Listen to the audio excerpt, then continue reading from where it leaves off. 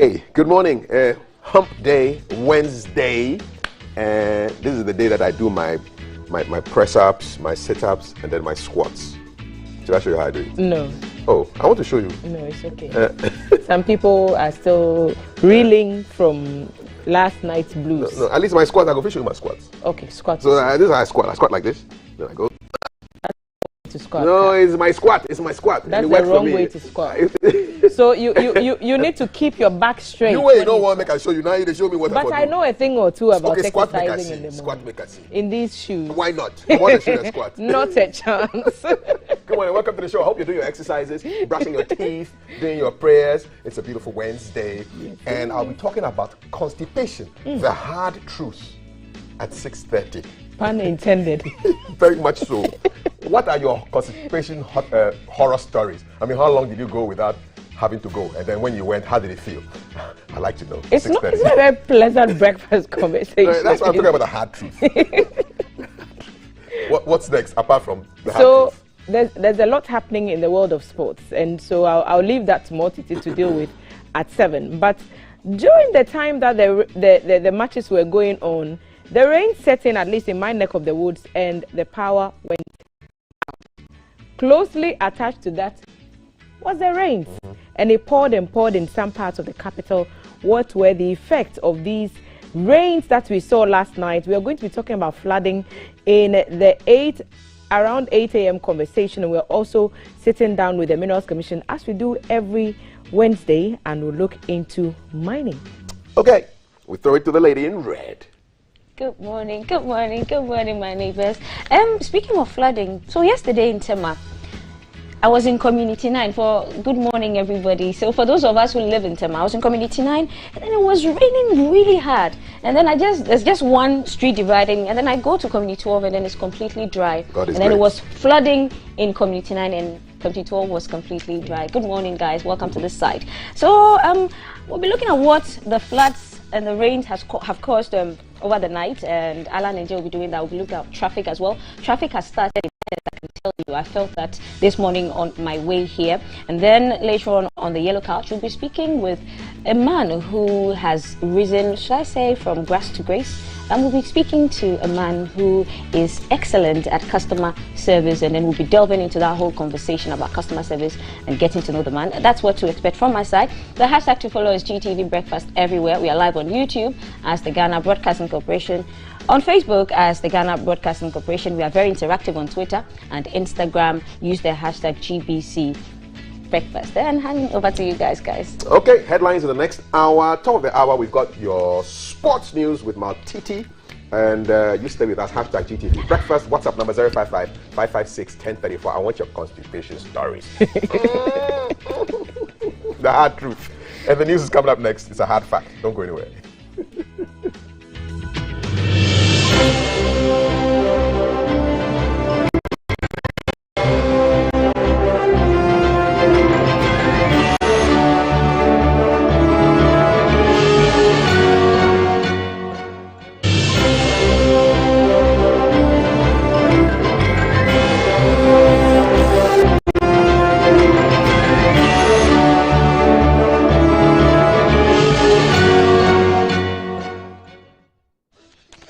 Good morning. Thank you for joining us on GTV Breakfast News at 6 a.m. I am Mortity Saida Sadek. Stories making headlines this morning. Parliament engages on the death penalty. Also bring you some stories in water and sanitation. We'll take you to the foreign front in South Africa. Let's start off from Ghana though. Within a short space of 3 months, from January to March 2022, 3,932 road accidents occurred in Ghana, involving 6,500 vehicles and 712 pedestrian knockdowns. Out of that, 734 persons died and 4,025 others were injured.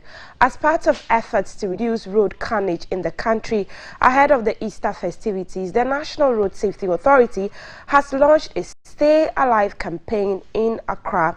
The campaign encourages everyone to be road safety advocates. National Road Safety Authority (NRSA) launched the Road Safety Information Center with a short code 194. One has to dial the number to report any road infractions to the center via voicemail, photo and video channels. The Road Traffic Crash and Casualty Situation Report from the Motor Traffic and Transport Department, MTTD, shows that from January to March 2022, the country recorded 3,930 road crashes involving 6,587 vehicles and 712 pedestrian knockdowns. Out of that number, 734 persons lost their lives, while 4,025 persons sustained various degrees of injury. The 2022 record represents a decrease of 1.92% over the cases recorded in 2021. The board chairman of the National Road Safety Authority, Mr. Jermaine Nkrumah, said the authority is doing its best to check road accidents in the country. The acting regional commander of MTTD in the Greater Accra region, Superintendent Joseph Appiah, advised drivers to respect road traffic regulations for the safety of Ghanaians. The Deputy Minister for Transport, Mr. Hassan Tampuli, said government is committed to reducing road crashes by 50% in line with the nation's target. The basic thing for us to do as a people and also as road users is to change our behavior and adopt safe road use practices. We cannot continue to watch on as our people perish on road through no fault of theirs. Speaking on behalf of commercial drivers, the welfare secretary at the new plant station in Accra, Mr. Kasim Al-Hassan, said they would hold a meeting to educate the drivers on the road safety campaign. The acting director general of the NRSA, Mr. David Osafo Adonting, said the authority is intensifying the Stay Alive safety campaign through the media and outreach activities to keep reminding the general public of the need to stay alive. As we speak around Easter and go one-on-one with the drivers, we are going to leave here with this program, but we are not gone. Our men are here and engaging the drivers one-on-one at all times, speaking to them. Beyond that, we are going to populate the road space all the way from here to Kwawu and all the areas on the road network to see the drivers, talk to them and engage them.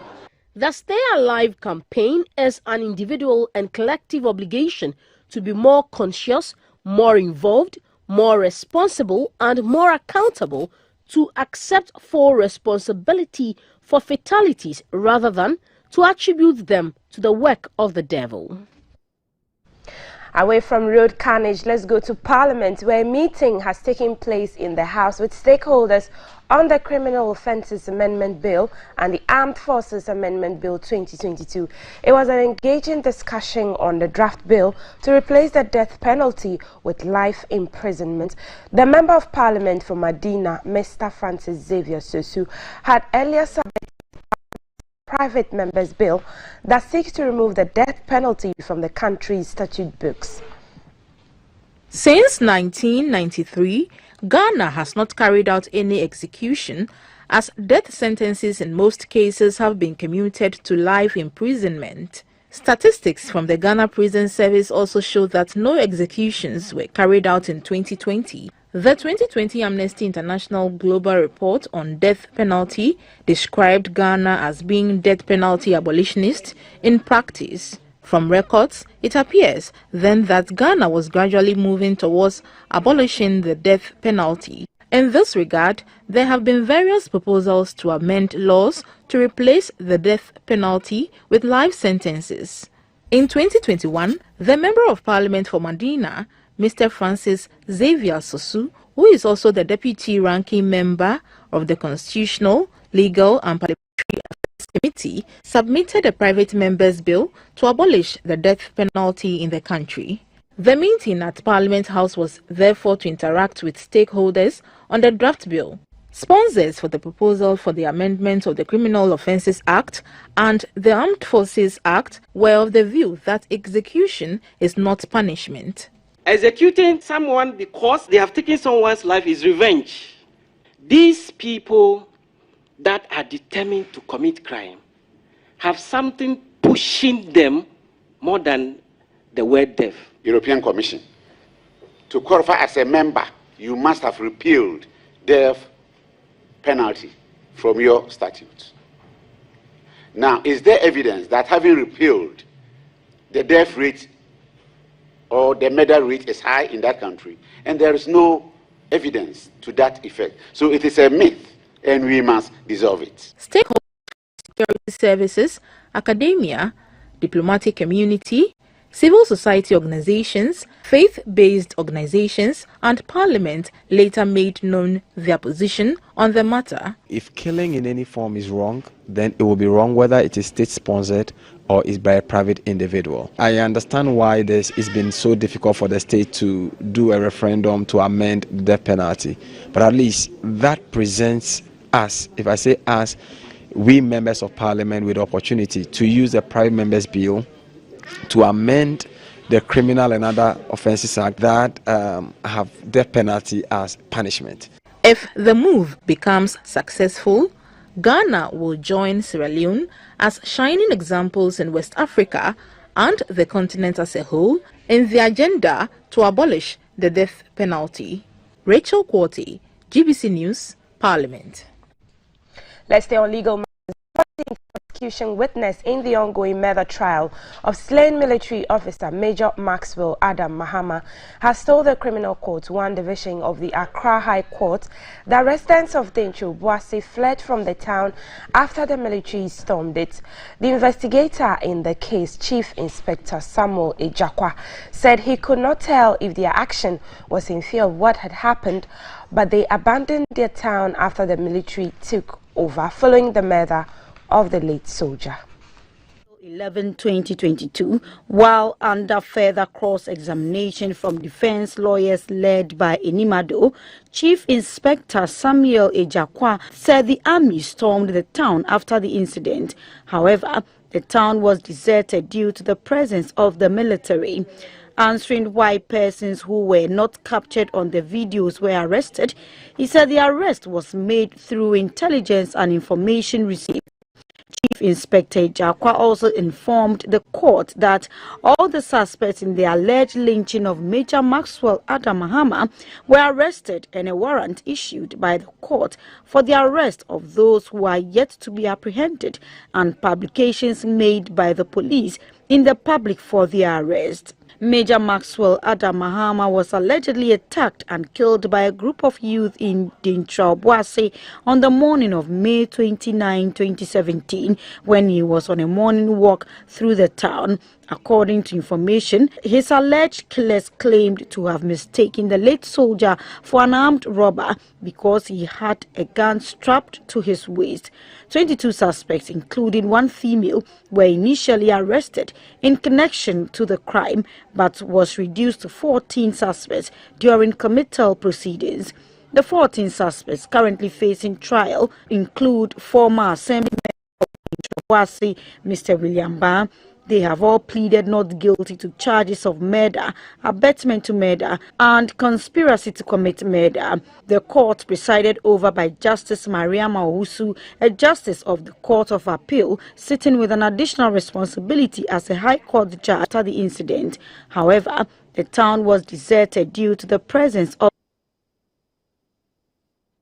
Let's move to water and sanitation, where government has invested $740 in 8 water supply projects and $1.2 million in rural water supply to improve potable water access nationwide. The projects are at various levels of implementation and expected to benefit an additional 5 million people in the water supply chain upon completion in 2023.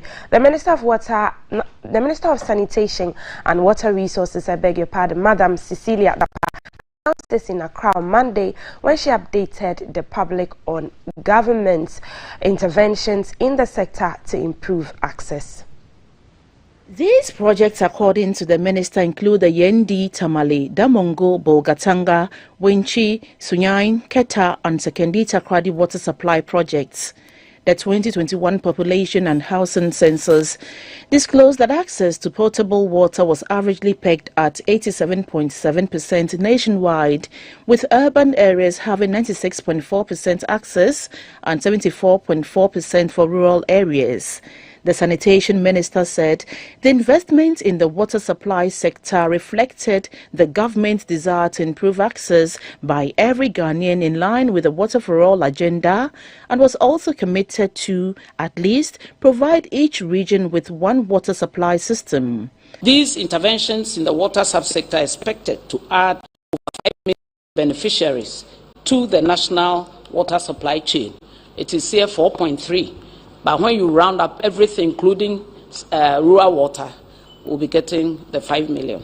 At the Meet the Press series in Accra, the minister, however, bemoaned some negative human activities that were hindering the implementation of those interventions and noted that of the 53.2 billion cubic meters of Ghana's natural freshwater endowment, only 14% was being utilized. Our concern, I must stress, is that if we are borrowing close to $1 billion to do projects, and the raw water sources are contaminated, polluted, and the machines will be drawing in mud, where are we going, and what do we want to do with our water bodies?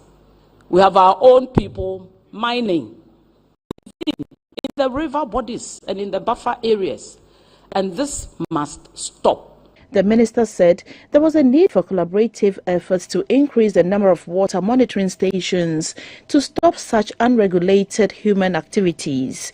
The Ministry of Sanitation and Water Resources would soon embark on house-to-house audit to deal with illegal water connections by individuals to prevent loss of revenue by the Ghana Water Company Limited.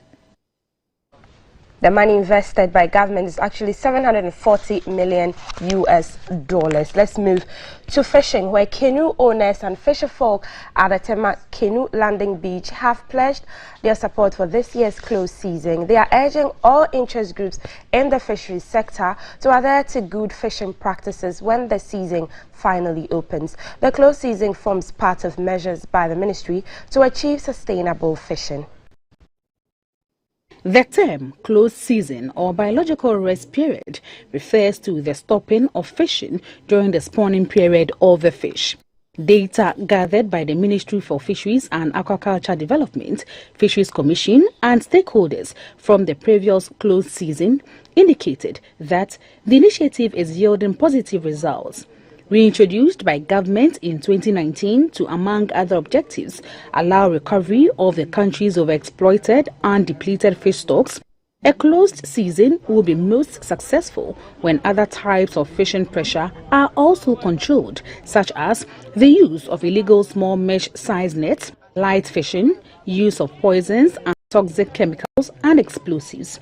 Some canoe owners and fisherfolk have, however, expressed concern over its implementation. According to them, the unregulated fishing activities of industrial trawlers are defeating the purpose of the closed season.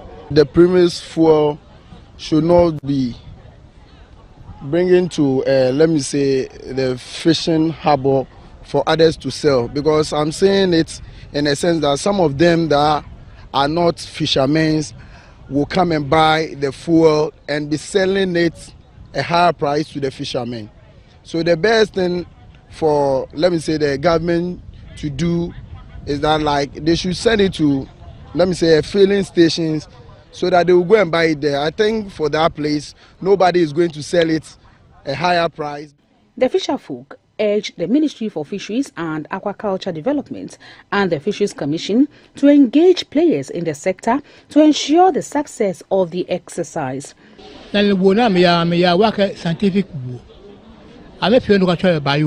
Fishermen these days embark on a fishing activity they term as scientific fishing. There's bio. When it is dipped into the sea, the fishes follow this bio and find themselves in another jurisdiction or country. Government should therefore ban this activity. Government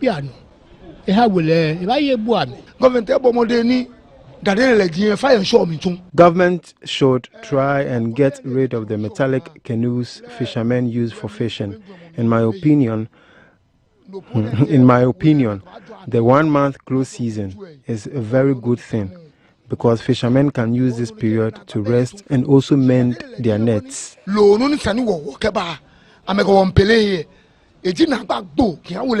Industry players are asking the sector minister to get tough on fishermen who failed to heed to the closed season directive and intensify their operations after the closed season to ensure that the gains made were not eroded by illegal fishing practices. Let's all stay on fishing, where the secretary of the Ghana Tuna Association, Mr. Rishsa Amafiu, says with Ghana's quest to attain fish sustainability, there must be broader engagement with partners in the local fisheries sector who share the same ideals. He said this will help drive a reduction in illegal fishing and give local fishers a voice to build a more robust fishing sector. The tuna industry contributes over $350 million annually. Our approach to fisheries management needs to change. Once that changes, you are then more likely to rope in a lot more people. It has to do more with the managers of our fishery resources, who probably would need to now go into discussions, and it should be more of broader stakeholders and we discussing that are the issues. Because you see, it's not enough to tell people not to go fishing for 1 month. There are a number of implications. There are security implications, there are local economic implications and all that. So you need a broader stakeholder consultation when you want to do some of these things and how you manage the fallout. And until we get to that level where we know that fisheries management is not a preserve of the Fisheries Commission or the Ministry of Fisheries, and that it involves broader stakeholders, including industry, probably local assembly, even Ministry of Environment. And now that you have hydrocarbon activities, you start engaging at that level, you will not be able to solve a lot of the fisheries management problem. Let's move up north, where 20 teenage mothers have been enrolled into vocational skills training in the Bolgatanga municipality region. This move is part of the effort to reduce unemployment and poverty among teenage mothers through basket weaving. The Advocacy for Social Inclusion and Girls' Education, ASIGE, established in 2016, has worked with vulnerable women and girls from 5 communities, Sumbrungu, Azensum, Bolgatanga Soy, Via, and Fio, to address challenges facing their growth and development. This is through the training of women in basket weaving and creating a market for their products, enrolling girls into vocational training, providing sensitization on sexual and reproductive health rights, and supplying sanitary pads to schools in both Upper East and Upper West regions. At the ASIGE Straw Basket Weaving Center, the executive director, Ms. Dorcas Apori, said her outfit is currently working with 429 women in the basket industry, training them products that meet international standards. She says, apart from the basket weaving with a positive impact on the vulnerable women and their families and reducing poverty and migration, her organization had been able to enroll over 50 girls who were mostly teenage mothers into vocational skills training and supported 2 teenage mothers to return into mainstream education. This is to aid the girls to learn a skill, so that we reduce the level of unemployment in the Upper East region as well as the level of poverty in the region. The Girls Education Officer at the Bongo District Directorate of the GES, Madam Rita Abama, was happy with the move by ASIGE. She was, however, worried about the high level of teenage pregnancy in the area. My advice is that parents should monitor the movement of their children. They should be able to provide for the needs of their children, and they should constantly advise them, monitor them, stay away from immoral activities. On behalf of her colleagues, Madame Emanuela Adumbiri commended the leadership of ASIGE for the gesture. She appealed to the government to promote the production of the straw they use in the region, due it being too expensive to import from down south. Let's look at digitization now. The government says its agenda to prepare the youth through information and communications technology for a digital-driven economy remains a priority. Minister for Education, Reverend John Intim Fojo, was co-commissioning an ICT lab for Amasaman Senior Technical Senior High School on Tuesday with Israel's ambassador to Ghana. The ICT lab forms part of Israeli government's Education for Digital Innovation project to support the government of Ghana's STEM agenda. The headmistress, Ms. Irene Okansi, was grateful for the intervention.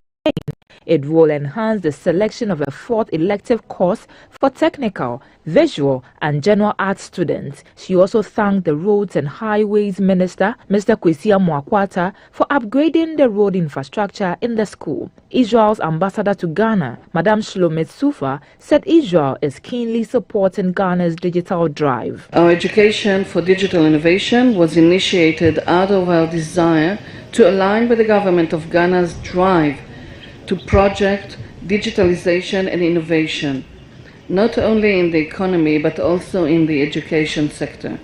The Deputy Education Minister, Reverend John Intim Fojo, again pointed at the government's desire to equip the youth with digital knowledge for digital transformation and economic growth. We will no longer train people for jobs that are long become obsolete. We want to train our children to be current with the current demands, even prepared for future demands and what the job market offers. Same facilities have been replicated in Temamahia, Senior High Technical and Walewale Senior High Technical Schools. Prior to this, some of the schools had computer labs with inadequate or no computers. Each school received 20 laptops, a smart television for teaching and learning, a printer, 1 laptop for domain and instructor usage, and 2 Wi-Fi routers for access to internet. Each class. Let's move to the international front, where Ukrainian President Volodymyr Zelensky has reached out to the African Union for support against Russia's aggression and requested to address the Continental Organization. Mr. Zelensky called Senegalese President Macky Sall on Monday, and their conversation touched on an AU statement in February that called for an immediate ceasefire and negotiations. African nations have showed disunity in response to Russia's invasion of Ukraine. Senegal was among 17 African countries that abstained from a vote at the UN on a resolution demanding that Russia ends its military operations in Ukraine. In a telephone conversation, Mr. Zelensky informed Mr. Sall of Ukraine's struggle against invasion and heinous crimes of the Russian aggressor. Let's move to South Africa now, where at least 45 people in South Africa have been killed in floods caused by days of heavy rain. It happened in the coastal province of KwaZulu-Natal, where many people are still missing and emergency services are searching for survivors. Key roads across the city are shut and mudslides have destroyed many homes. It comes as scientists warn that climate change is fueling heavier rainfall than usual in southern Africa. The mayor of Durban and its surrounding towns has apologized to residents who were left stranded after the emergency call center was overwhelmed overnight. He said efforts are underway to restore water and electricity supplies that have been cut to parts of the city after most of the city's electricity power stations were flooded on Monday evening and a number of water treatment plants were destroyed. He advised residents who fear their homes may collapse to seek shelter in community halls. South Africa Weather Service is advising citizens to stay clear of flooded roads and bridges as more rainfall is expected across southern KwaZulu-Natal. And that's it for GTV Breakfast News at 6 a.m. I am Maltiti Saida Sadiq. Up next is the weather report. We should take a break and GTV Breakfast will continue. Remember, we're streaming live all across our social media platforms. Send us your thoughts and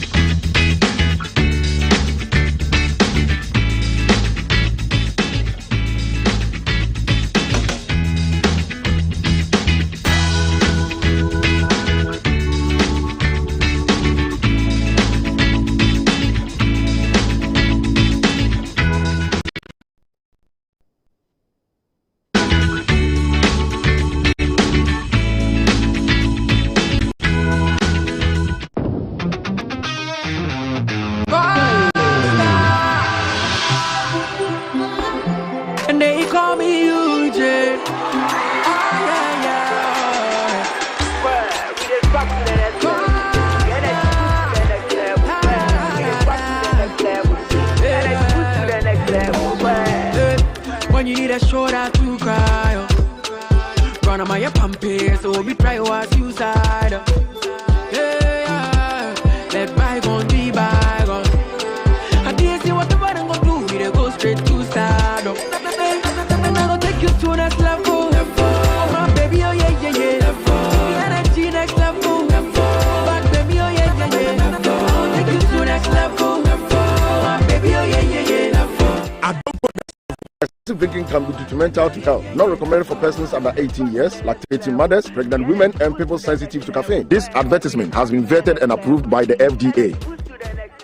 Hey, tell me more. Tell me more. Hey, tell me more. Tell me beer. They ma worry me. Watch me, you come 1 week, Mr. WDT. Oh, now who? Yes. Buga, nade. Senior, me and you cut down my business is a collapse. My house are bounced. So won't take quick credit in Ghana? Quick credit? Yes, quick credit. Who pesika? Edi a start here, you may be. Who here be seen? Edi a true UDM. We a government and a private worker. Who pesika they are till hot so. We a busumi ejuma. Who here sika they bibin temper so. Quick credit be ma loan. And what you are kakra. Na elije sem kesi ene say. A collateral free loaner, susu, savings, account opening, and a deposit as MBN. You hear me say, Ghana card. 2022 year, 1 year Juma. Now, need excuse here. Credit to 03022 00390 and 05969 20833. But see, not quick credit check us auto. Ago! Sikaria, listen, I have good news for you.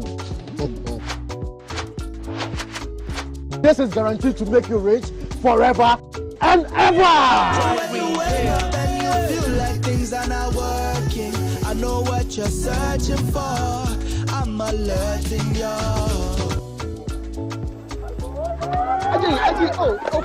Ajay, madam, please. QNet does not make false promises. What did Mama tell you? Report suspicious activities at 0256 630 005. Remember to stay safe. Mama and QNet are here for you. Don't forget what.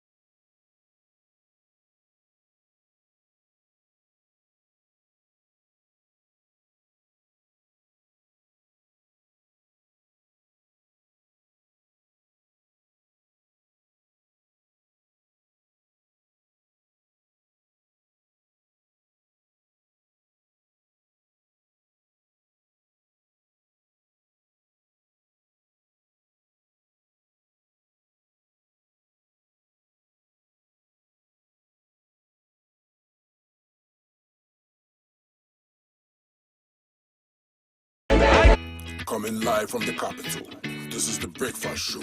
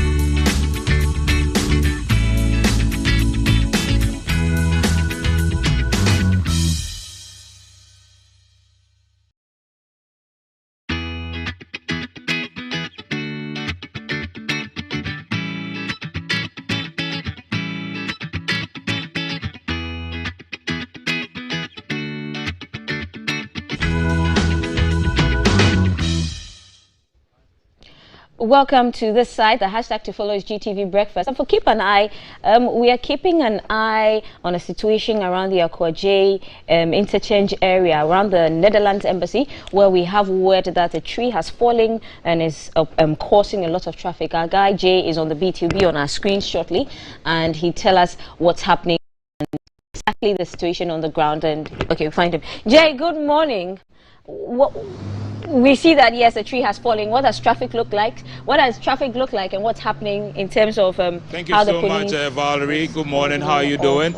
So this morning, after the rainfall last night, yes, thank you so much. So after the rainfall last night, at the Akwaje interchange this morning, just before you get to the Netherlands Embassy, this tree fell off. So what you have right now is currently it's a good Samaritan who has taken it upon himself to be cutting off the branches so that vehicles can make their way towards Circle.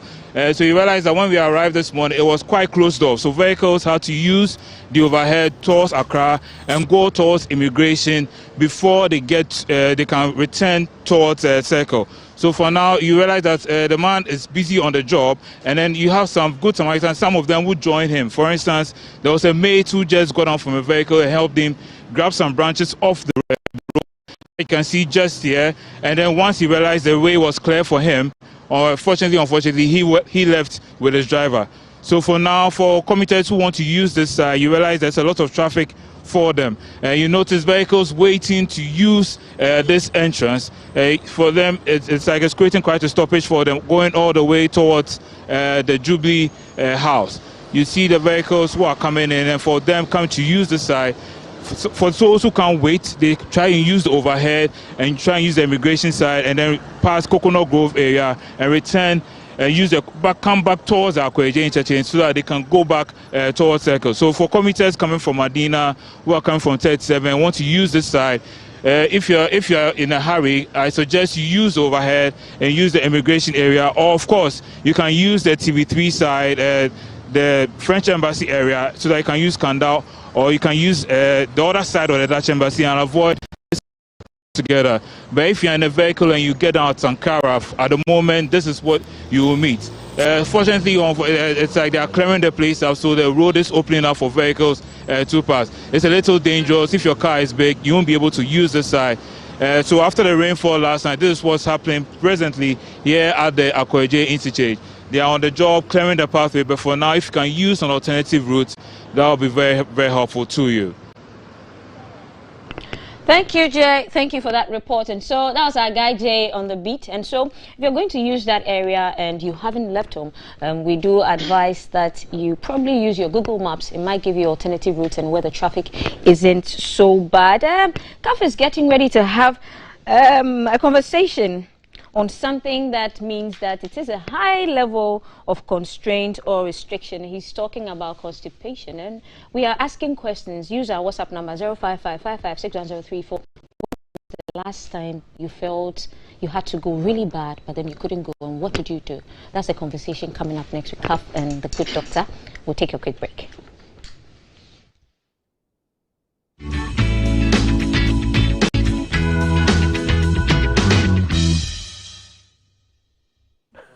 Yes, good to have you here. She wouldn't say it, but I'll say it. Okay, we are now having a conversation on health check, and it has to do with constipation, the hard truth. I have two items here which may or may not help. When the doctor starts speaking, we'll go into those issues. So it's quite a problem for a lot of people, and how do you prevent it? And if you have it, how do you deal with it? Constipation is our conversation this morning on Health Check. Dr. Amwakudia is a gastroenterologist at the Medical Center. Good morning. Good morning. For a 12-year-old who is wondering, what exactly does a gastroenterologist do? Okay, so let me say gastroenterologist is a physician who have specialized in the management of diseases that affect the gastrointestinal tract.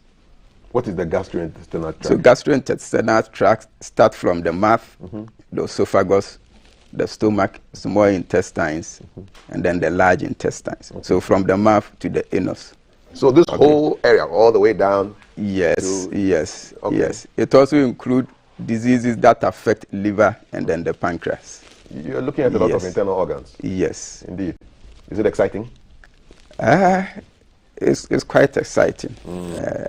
When you look inside somebody's stomach, I mean, what do you see?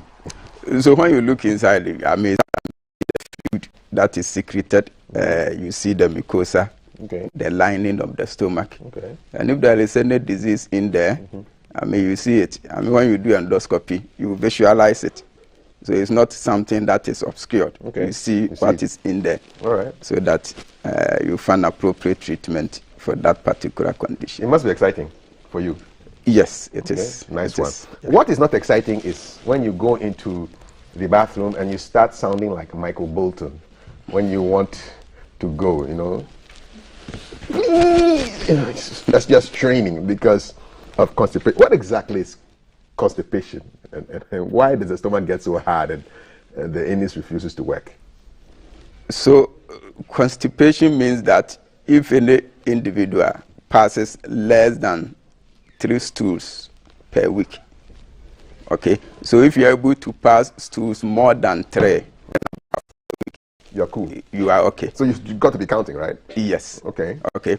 And apart from the frequency of the bowel movement, I mean, it also tends to be associated with straining, as you said. Yes. And then the stool tends to be hard and lumpy.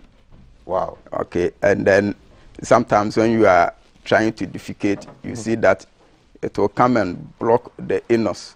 Okay. So we call it anorectal blockage. Okay. Okay. So these are some of the things that if you are passing a hard stools associated with straining, anorectal blockage, and sometimes people have so many maneuvers in trying to evacuate what is blocking there. Yes. Wow. Yeah. So some use their fingers to disimpact. You know, that thing is hard.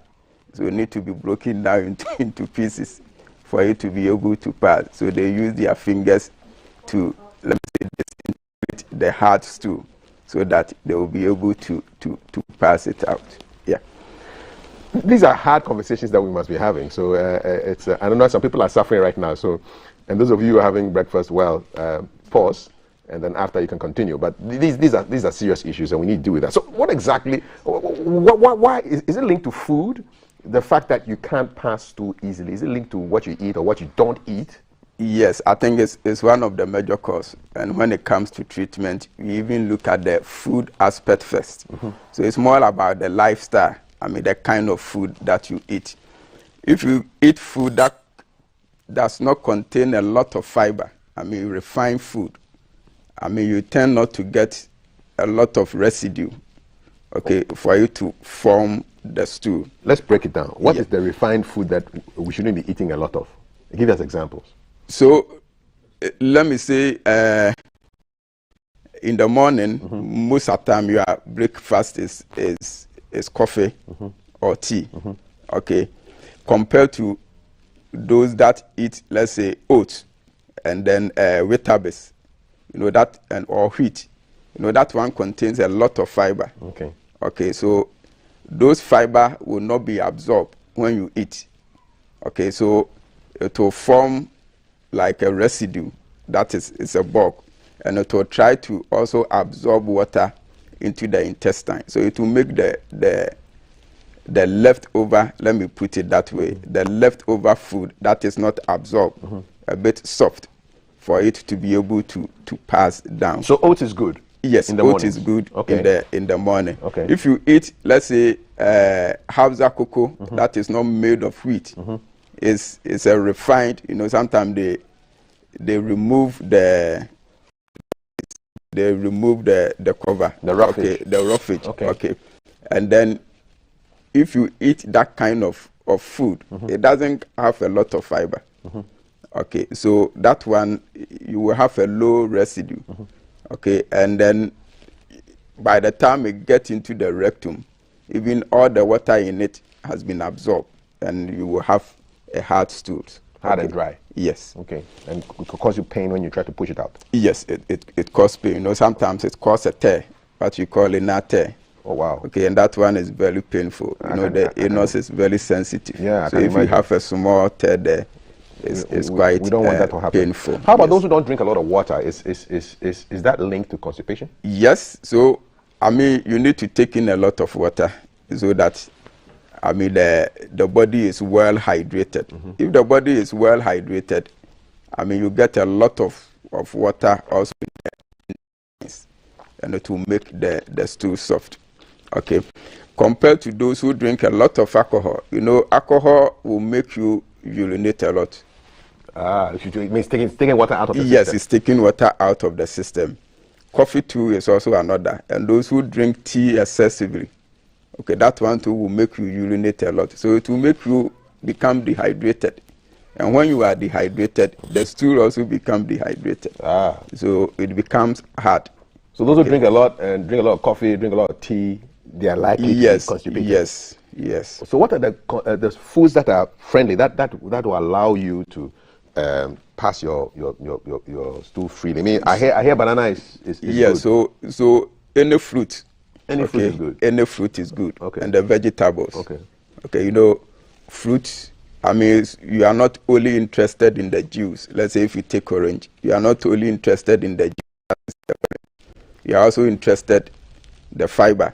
Okay. So when you are eating it, you have to eat everything. We have to scatter the whole orange, yes, right? For you to get the benefit of eating orange. Okay. Because when you take in the juice contains vitamin C and other minerals. Okay. But when you eat the fiber, apart from the fact that it will make you have easy passage of stools. Yes. When some of them is absorbed, it also helps to cleanse the blood of cholesterol. Oh, nice. Okay. So it's good. Do all fruits have fiber? Yes. Banana has fiber? Yes, it has fiber. Mango? Yes, mango has fiber. All right. Okay. Apart from as I said, the juice in it. When people are eating mango, depending how sweet it is. Yeah, they just want the juice. Yes, they want the juice, and at the end of the day, they will eat everything around it. Yes, that's very advisable. Scatter the mango, people, to keep constipation far away from you. Messages on 0555561034. So we now know why some stools are very hard to pass. Let's talk about frequency of going to the toilet. What's the recommended number of visits that you should make to the White House? So, as I said, if you are able to pass above 3 per week. Okay. Per week? Yes. So some people are able to pass once a day. Okay. Others can have it every other day.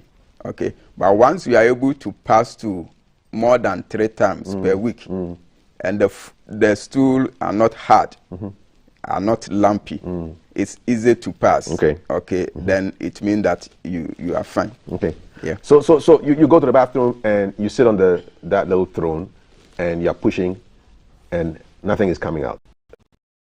What do you do? Okay. So sometimes you have to feel the edge first. Okay. To defecate before you go to let me put it, White House. Okay. And when you get there and you are pushing and it's not coming, people have, as I said, some maneuvers that they do. Okay. You see, if you do, let's say, free defecation, okay, you squat well compared to... what is the best way to squat? I want to know. Yeah. No, so if you sit on water closet, the gravity doesn't help that much because you are at the same level as the seat. But if you are able to squat in such a way that, the buttocks is slightly lower than... So what? It's almost like you are entering the toilet or what? Sometimes some people use stool and it helps them. A stool? They put their legs on the stool so that the knee... So you've got to raise your legs? Yes. Let me come on. I want to... So imagine this is the toilet. So the knee... Okay. The knee should be higher than... Your knee should be higher? Yes. So you should put a stand somewhere? Yes. Okay. Yes. So that your knees are higher? Yes. When it's like this, it doesn't help you? It doesn't help, especially if you find it difficult to defecate. How about those who sit like this? if you sit that way, as I said, the gravity doesn't help. It doesn't help you that much. Okay. So you want to kind of put a stool, something so that you can be a bit more level. Yes. And then that will force will help those stubborn guys to come out. To come out. So sitting is important. Yes. Those who squat in the bush. Those who squat is easy for them. Ah. Okay. Those who squat, it's easy for them to move the back. Gravity is position is very good. Okay. Okay. The squatters. Yeah, so it's easy for them, especially if you have constipation. But you know, you go to some public toilets and they say don't put your feet on the toilet and squat. But that probably is sometimes you know people do it. The people do it. They sit. They put their legs on the thing. Maybe for them that is the best way for them to ease themselves. Okay, all right. So sitting is important. Yeah, so sitting is important. Okay. The other thing too is that sometimes, as I said, if the thing is hard and it's not coming out, okay, you can put your finger in there. Oh Lord. Okay, to break it into pieces. Ooh. And it will be easy for you to ease yourself. Wow. When it is broken down into pieces. If you do not want to put your finger there, what do you do apart from prayers? Then that one we need to develop enough muscles in the lower part to push it out. You want to develop muscles at the point of your need? To push it out. It's like a woman in labor. Okay, if you want to push the baby out, then you have to force it. But don't you risk tearing any muscles in the anus? That's what I'm saying, that sometimes it can cause inner tear. Yeah. Not the muscles rupture or muscle tear per se, but the skin at the anus. Ooh. Okay. Painful. And one of the other complications is that the more you strain, the more you develop hemorrhoids, what you call piles. Okay, is that cocoa that they talk about? Yeah, cocoa. Okay. Okay, the more you develop it, because you put a lot of pressure in the vessels in there. Okay. And the vessels will begin to bloat. Okay. Okay. And that one alone can also lead to constipation, because if you have a tear, you find it very difficult. It's painful. So when you feel like defecating, it's not going to come. It's not going to, you don't wish to experience that pain. No. So you feel going to defecate. Even thinking about it is painful to me. Yes. Yeah. And if you get the edge, one thing that leads to constipation is that when you get the edge of defecating, and you hold it on, probably because you are doing something or you are going somewhere. Yeah. Sometimes the edge will get lost. So you won't feel like defecating again. It just goes. Yeah, so the sensation, you won't feel it again. Okay. Okay.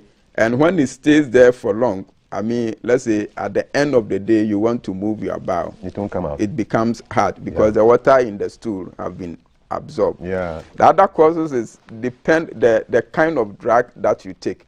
Oh, some drugs? Yeah, there are certain medications that when you take, it leads to constipation. Example is tramadol. Tramadol is one.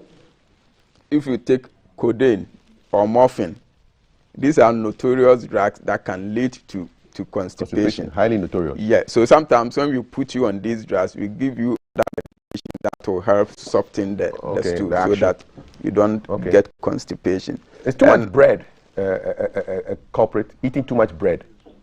So if the ingredient used for is refined, now we want things that are tasty. Okay, so people don't like wheat bread, for instance. They want the bread made with a refined white bread flour. Okay, that one will lead not knowing they are giving themselves problems. To constipation. Okay. Yeah. Thank you so much. We want to get some messages now. I'm sure there are quite a few messages on this quite hard topic.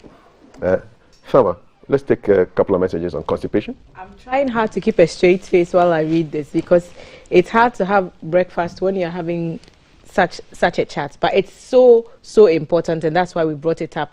And your messages on 05555611034. These are views of those who are those of GBC or any of its presenters.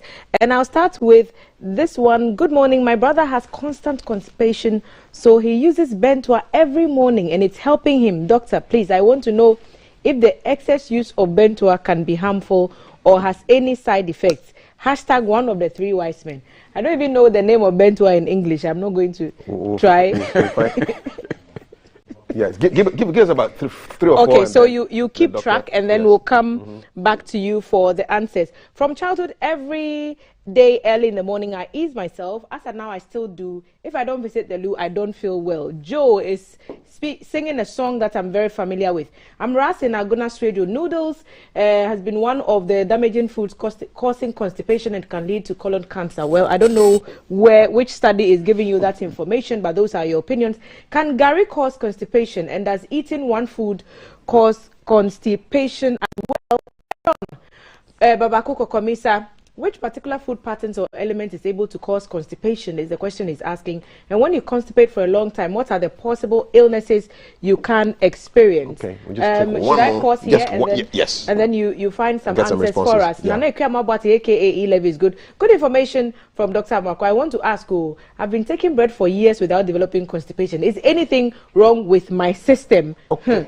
The doctor will answer that. I get free bowels when I drive between 500 ml and 1 liter of warm water first thing in the morning, and exercise by walking, jogging, or do the on-the-spot jogging. Try it. That's what Emmanuel Kweku Esiedu is saying. Let me take some responses now. One more. And then we'll come back. Yeah, One more from Teddy. What about those who eat wache, kenke, or rice in the morning? Teddy is asking this question. So quite a number there for us to work through, and then perhaps if we have time, we'll come back to take. Thank you, Thomas. So when you eat gari, you take in a lot of, gari is more like a fiber.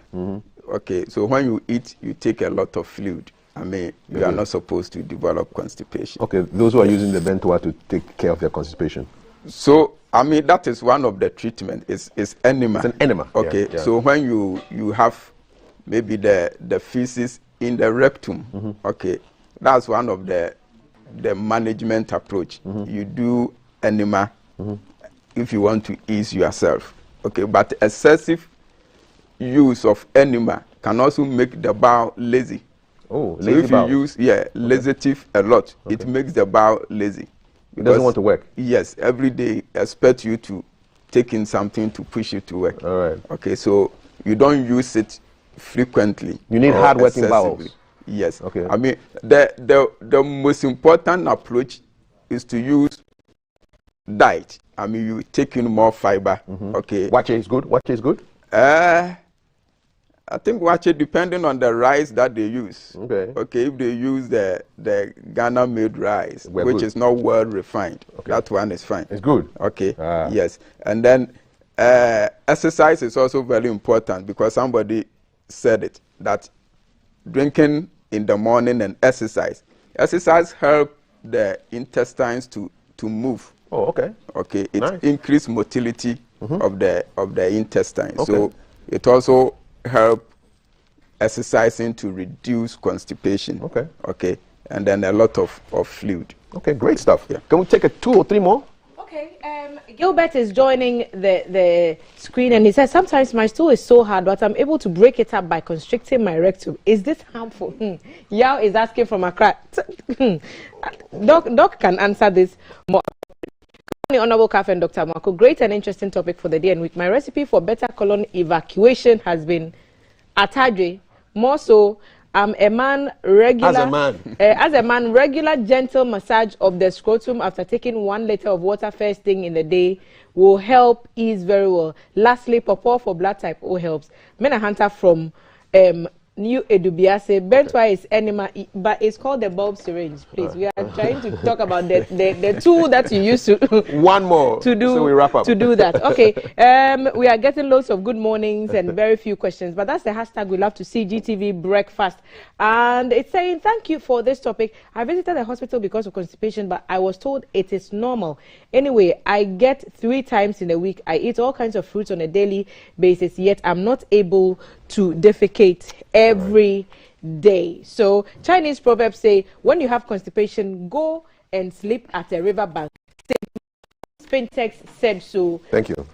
Can I send a message to the Chelsea fans who are now waking up from bed? No, good morning. I think they are constipated. That's why I'm saying good morning. It's a hard talk. So we are sending good morning to all Chelsea fans. Mark Agodua, Teofilo Sampa, Aaron, Lennox. Should I say or no? Thank you very much, Doc. Can stress lead to constipation? That one I'm not sure. I'm not sure.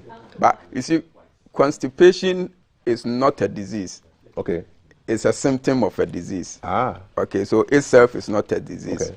Okay. So if you have constipation, I mean, it's better you need to find out what is causing the constipation. There is a condition we call irritable bowel syndrome. I mean, constipation type. That one, there is slow movement of the bowel. Okay, and that one tends to be associated with pain, abdominal pain. Eat yourself, you're good to go. The pain goes down. Okay. But what's the most serious case of constipation that you have come across? How long? How many days or hours did the person have to wait before there was relief? No, most of the time they don't tell us the hours. Or the duration. Okay. They come and tell us that they are not able to, let's say, for about a week. They will not be. They will not be able to move their bowel. Okay. Yes. What's the most important thing you want people to take away from this conversation in 30 seconds? What is the biggest tip you can give people who are fighting constipation? So if you have constipation and then you want to reduce it or manage it, then the most important thing first is not laxative or purgatives. Okay, you need to check your diet. You drink a lot of fluid and then you exercise. That one helps a lot. But if you have constipation and it's associated with vomiting, or when you defecate, you see blood in it, or when the tummy becomes distended, okay, then that one may be a dangerous or a serious condition in the bowel, because you can have a cancer that will lead to constipation. You can have a stricture of the colon that will lead to constipation. So if you have any of these symptoms, then you need to seek attention so that we can do an investigation to find out what is the possible cause of the constipation. Thank you so much for the education. Welcome. I have been educated. Dr. Amwakudua is a gastroenterologist at the University of Ghana Medical Center, and he has just given us the 411 on constipation, the hard truth. We've got sports news at 7. We've got headlines at around about 7:15 with Carl Tufour and Oscar Provençal. We've got conversations on a whole host of issues, including excellence as far as customer service is concerned. My name is Kafri Day. They say banana is good. I'm not constipated, but I'm just having it for fruit and healthiness. Sports news coming up next. Look at yours on banana.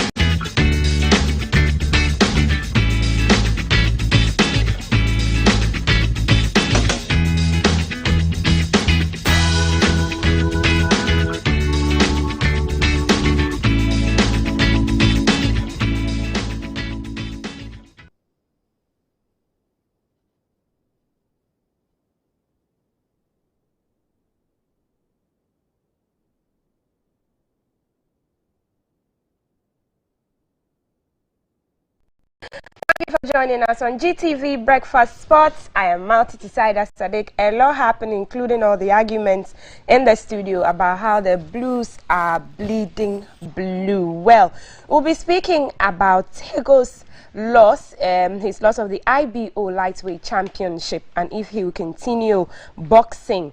Also, we'll look at the MTN FA Cup, we'll look at the GPL, and how the Black Queens are also performing. Let's start off with boxing, shall we? Former IBO Lightweight Champion Emmanuel Tego arrived to a rousing welcome Tuesday afternoon after losing his WBO title eliminator contest against American Ryan Garcia on Saturday. Tego lost the fight by a unanimous decision, with all three judges scoring the bout 118 to 109, 119 to 108, and 119 to 108, all in favor of Garcia. However, Tego becomes the first opponent to make Garcia 12 rounds in 22 career fights. Here are the highlights of that bout.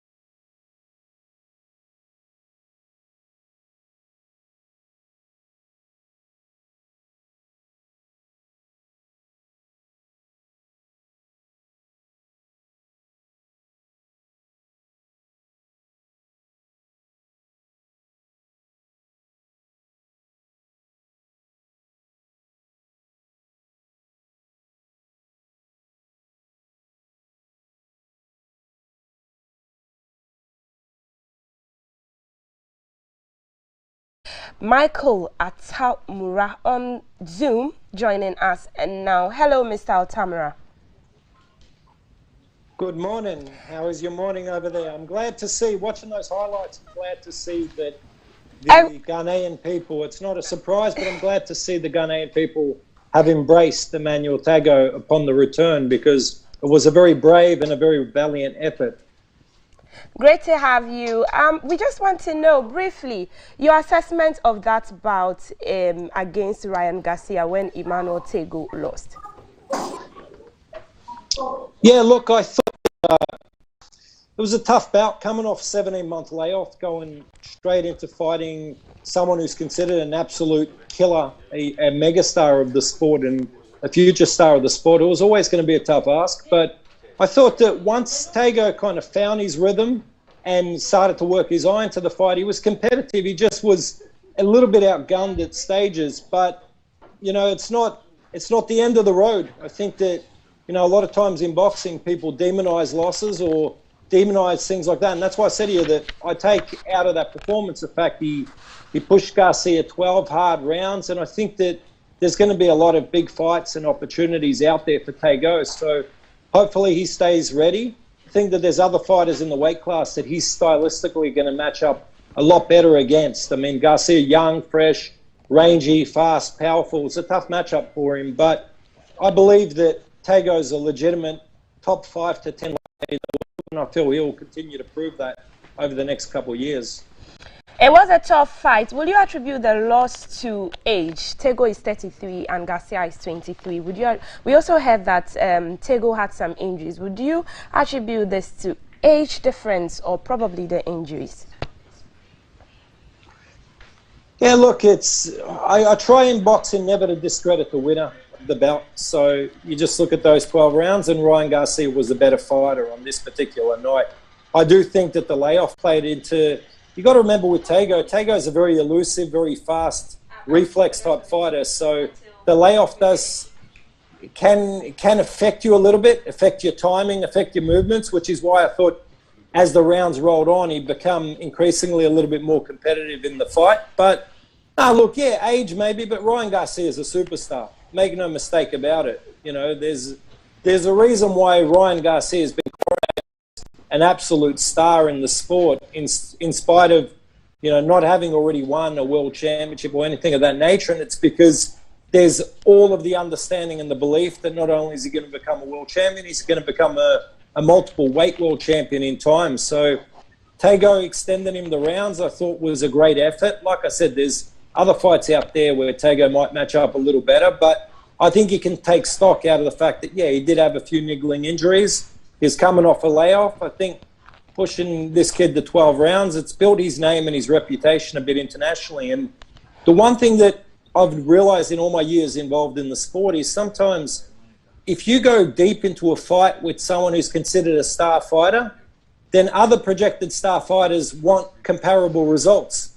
So the opportunities are going to present from Tagoe, and that's what I said before. I think if he stays ready, he's definitely got all the capabilities to upset a lot of the top line fighters. So yeah, I'm glad that he's been embraced and people are proud of the effort he put forward, because he gave it everything. He tried to use every little bit of craft to make Garcia miss and make Garcia think. He just wasn't good enough on that particular day. Okay, on Tagoe giving up all that he could, this is his second loss in 34 fights. Now, before that bout, we saw videos circulating of him saying that he will not fight again if he loses to Garcia. What's the future for Tagoe in boxing after this loss? Well, I hope that he does fight again. I'm sure he will. I think when the dust settles, it's hard. Like I said, boxing's one of those sports. Like we saw it, you know, I was in Ghana in December, and I was surprised at some of the reactions of people to Richard Commey's loss to Vasyl Lomachenko. It's just like, guys, be proud of his efforts. You know, like if the Ghanaian football team is in the top 5 nations in the world, they're embraced. But a fighter makes, you know, number 3 and number 4 in the world. Sometimes they're a little harshly criticised, and I think that for Emmanuel, once the dust settles, he should be proud of his efforts, and I think he realised that if he were to retire, he'd be leaving a lot of money, a lot of opportunity, a lot of glory on the table. I think that my advice to him will be just get in the gym, get focused, and you know, as promoters, we're firmly behind him. If we need to build him back up in Ghana, 1 or 2 fights to reposition for a better opportunity, we will, alongside our partner, co-promotional partner with him, Lou DiBella. But I think that the fights are going to come. I think the opportunities are going to come. And I mean, he's 34 now, but he hasn't been hit a lot in his career. He's very evasive. He's got good reflexes. I think he's still got plenty to offer as an elite fighter. Thank you very much, Michael Altamura, for joining us. I like your cape and what it says on it, the inscription on it. Thank you for joining us. Ghanaians have heard you. It's actually my friend's. Go ahead. Yeah, thank you. I appreciate it. It's my friend's company, so appreciate the 3 plug. Great. Great. Mr. Michael Altamura is a representative from Problem Promotions. They are the new promoters of Emmanuel Tego, and he's telling Ghanaians to rally behind our boxers when they lose. Let's not just leave them hanging. Let's keep supporting them. We will give you all the updates if Tego decides to fight again. Now we'll move to the MTN FA Cup. The Ghana Football Association has approved Kumasi as the venue for the MTN FA Cup final. Other leagues like the Regional Champions and MTN FA Cup final are part of a number of competitions which will take place outside Accra. Now this follows the decision of the Executive Council to spread competitions as part of efforts to take the game to everyone at every corner of the country. Let's look at the table now. You can see that on the screen. And in the competitions, you can see that the KGL Inter-Club Under 17 on your screen right there, Champions League. Now the region for the KGL Inter-Club Under 17 Champions League will be in Greater Accra. The KGL Inter-Regional Challenge Cup will be in Ashanti region. Division 2 National Festival will be in Volta region. The Women's Premier Super Cup will take place in Northern region. DOL Super Cup, I beg your pardon, will take place in Eastern region in an effort to spread it across the country. Regional Women's Division Championship will also be in the Southern sector, that's in Western region. Regional Women's Division Championship also in the Northern region, Brong Ahafo region, or the Northern sector, Brong Ahafo region there.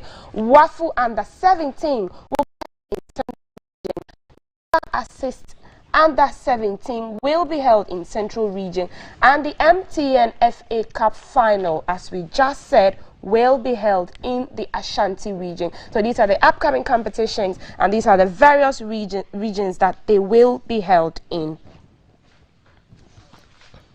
Let's move to the Ghana Premier League, where Hearts of Oak have officially filed a protest against referee Kenny Paddy following last Sunday's controversial penalty decision awarded to Asante Kotoko in week 24 fixture of the Ghana Premier League. Referee Kennedy Paddy awarded a penalty for Kotoko in the 17th minute after Fabio Gama was adjudged to have been fouled by Hearts of Oak midfielder Nuruddin Abdul Aziz. The decision, which led to Hearts of Oak's defeat, has generated a lot of talks after that game, and I'm sure you've been following the trends on social media as well. Let me get to the Black Queens. The Black Queens of Ghana lost by 2-0 to Morocco in a friendly game in Rabat yesterday.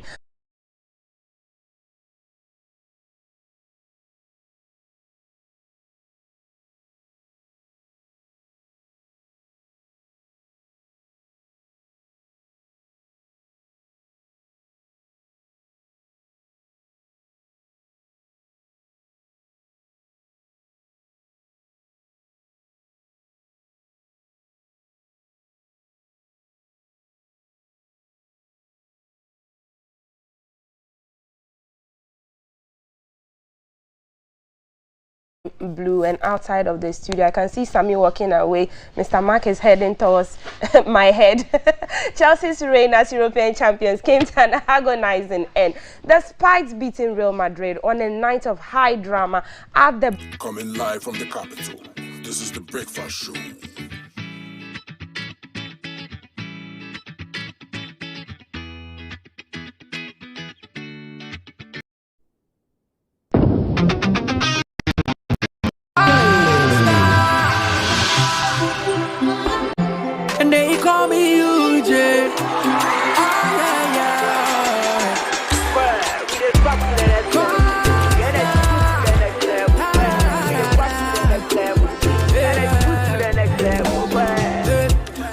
a shoulder to cry.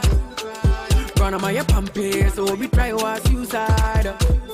Yeah, let bygone be bygone.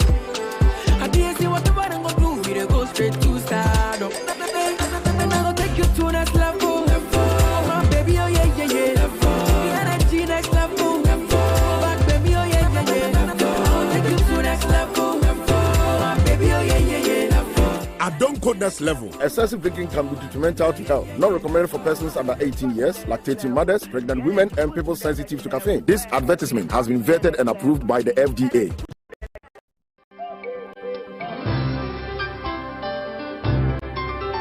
Oh, today he has been extra sweet, and the way he looks at me. I have done everything by the book. It's on. Hey, but I have to get some condoms, Charlie.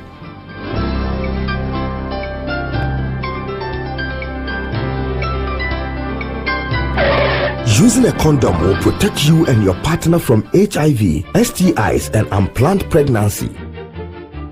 Condoms are an effective way for protection against HIV infection. Don't take risks. Use a condom every time.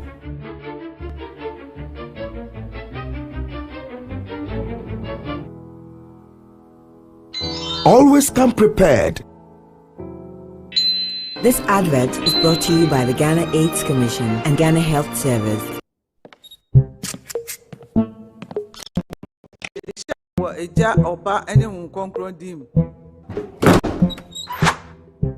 The groom is sick. What? Malaria. Malaria?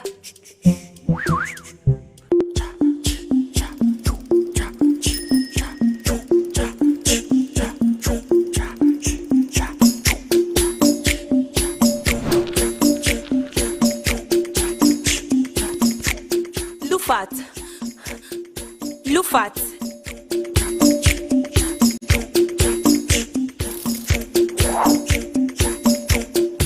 Injeja woman malaria enka won to them. Lufat, eye malaria drop rekope. And now you may kiss the bride. Entrance Pharmaceuticals and Research Center. And aye Lufat. Lufat, a two malaria sententem. FDA ashesa ejede inkratoi ajatu. From 1921 to 2021, the journey to our centenary has been amazingly worthy. Azar Group is 100 years and continues to achieve greatness. Main brands which were in the company are Azar Tex, which is an emulsion paint, texture paints, which we were the first people to produce it in Ghana, and Azar Gloss, which is oil paint. We were the first people to produce the carpenter's glue. Now we have new products like silicone paint. Join Azar Group celebrate 100 years and to create another brilliant 100 years together. Hey, tell me more. Tell me more. Hey, tell me more. Tell me. Beer.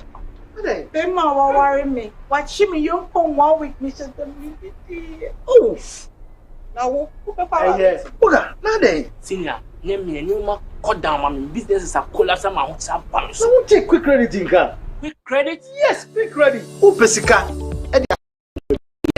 Eddie Atru Ujedim. We are government and a private worker. Upesika de ati hot so. We are Busumi Juma. We are Sikadia Bibin Tempe so. Quick credit, Bema loan, and what you are in Kakaka. Now, a little some Cassian say, a collateral free loaner, Susu, savings, account opening, and a deposit as MBL. Here and say, Wagana card. 2022 year, 1 year Juma, now 1 hour young. Who need excuse here? Quick credit to 03022 00390 and 05969 20833. Basina quick credit. Hello. Yes, Daddy. Oh, Sidi. With your voice, don't teach my okay. I can't live without you. Talk to me. Daddy, the money. Oh, yeah. I'm a. Thank you too. Oba money for you now that you'll be able to me. What is it? Have you real phone? Yeah, me and my wife. What is it? It's your Beneto. You think slave queens are cheap? Oh, all that. Just use ZPay to send me 1,000 Ghana cedis. After all, the charge is only 5 cedis. No problem. Come inside. Surprise visit. The money. Okay. ZPay mobile money. ZPay. Oh, thank you so much. Don't I can even use the same ZPay mobile money to pay my bills. Now let's Dial *270# to pay all your bills with ZPay mobile money. ZPay Shatumu Direct. Ago! Sikaria, we are in Yamian Babano. Listen, I have good news for you.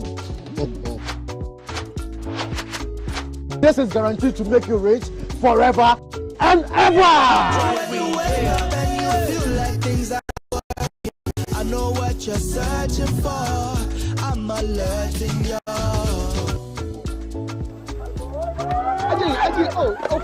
Ajay, madam, please. QNet does not make false promises. What did Mama tell you? Report suspicious activities at 0256 630. Coming live from the capital, this is the Breakfast Show.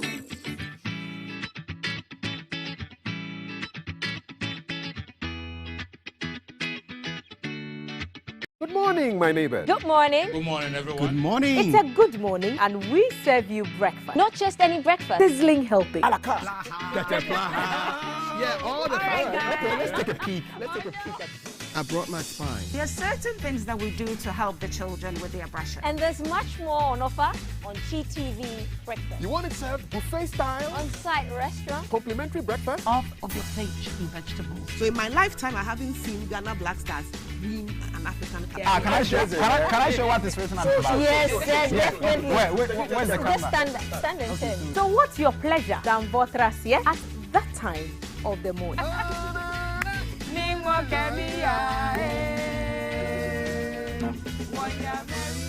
So never skip breakfast. On GTV Breakfast. From Monday to Friday at 6 a.m. We've got you covered with a trusted team.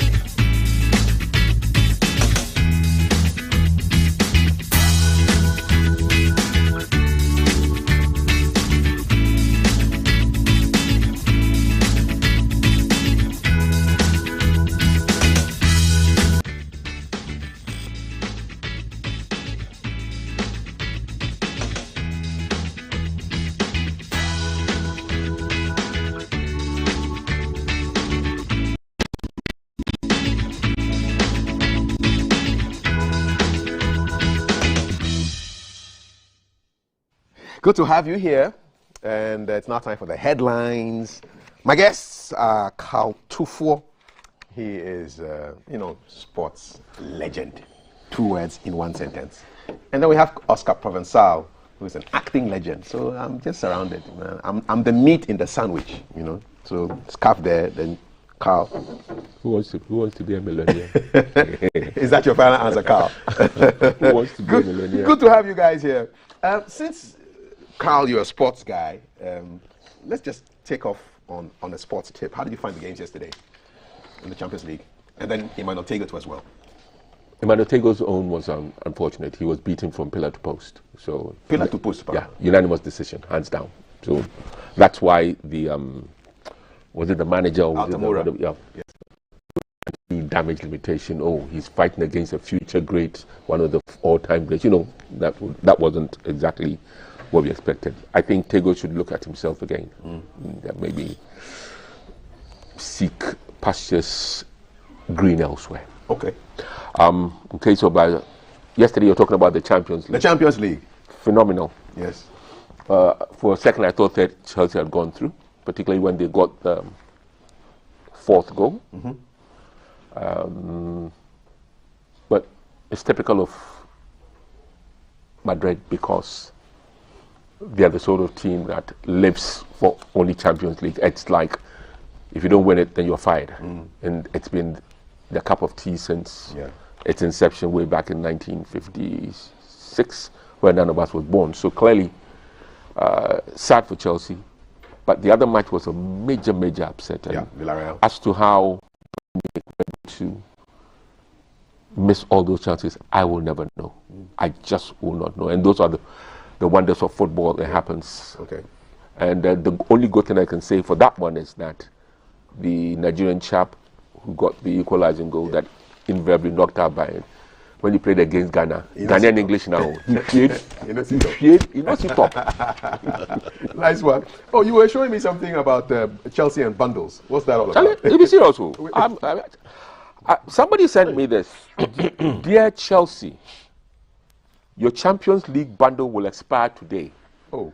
Dial *131# to renew or send BENZEMA Benzema Abeg ABEG to 1314. Dear Chelsea, your Champions League bundle will expire today. Dial *131# hash to renew or send Benzema Abeg to 1314. Enough. Oscar, good to have you here. Thanks. We're going to go straight to the lines to speak with the public relations officer of the National Road Safety Authority, Pearl Adusu JC. The NRSA is in the news because, well, the Ghanaian Times says MTD is getting tough on the highways as the National Road Safety Authority launches Easter Stay Alive campaign. Pearl will give us a couple more nuggets on this, and then we'll have a conversation on road safety. Pearl, good morning. Welcome to the show. Good morning. Good morning. Great stuff. So your organization is on the front page of the Ghanaian Times, and there are a couple of road safety issues that are very exciting or very noteworthy to us. Over 1,200 drivers without license arrested in 2021, increase of 11% over 2020. But the reason I'm calling you is that the MTTD is getting tough on the highways, and you have launched an Easter Stay Alive campaign. Exactly what is it all about, Pearl? All right, thank you very much. Good morning to your cherished viewers. Thank God for another bright day. It is Easter. It is getting near the hot season in the year, another hot season in the year. And you know, because of that, there will be a lot of human and vehicular mobility. And when these things happen, it increases the rate of crashes on our roads because lots of the people who travel for this festive period, Easter convention, Easter get together in their hometowns and villages, annual day best to promote the welfare of their communities. They engage in a lot of indiscipline on the road. And so when it gets to this time, the law enforcement leading agency for reduction of road traffic crashes National Road Safety and our other stakeholders, we become alert and make sure that we do everything possible under our control and our power to see to the reduction or to curb the rising indiscipline that leads to the crashes. And so appropriately, we chose yesterday, 12th of April 2024, which is a Tuesday, to launch our Easter campaign, which also is under the Stay Alive campaign. And so, together with our region, Greater Accra region, and then COVID-19 Trust Fund that is also holding some part of our Stay Alive campaign, DVLA, Police, UCL, we came together to launch the campaign so that we will sensitize drivers. So appropriately, we chose Neoplan Station. You know, a lot of travelers along the N6 go to the Neoplan Station to board their vehicles to their town. So sensitize the drivers through the support of your good self and the media. We have to announce to the whole nation that Easter is coming. Everybody should be careful on the road. And then with our stakeholders, we will be very tough on the road. We will not allow any recalcitrant driver or road user to damage the gains, small gains we have made for the first quarter of this year. So that is the import of the program with it.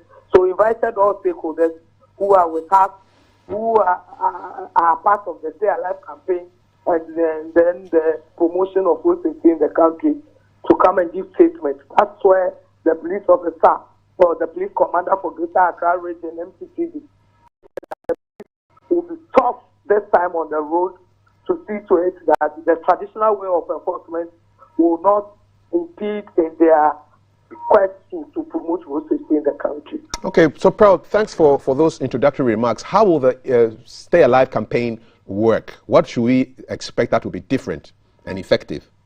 All right. Thank you very much. We have trained some group of road safety inspectors.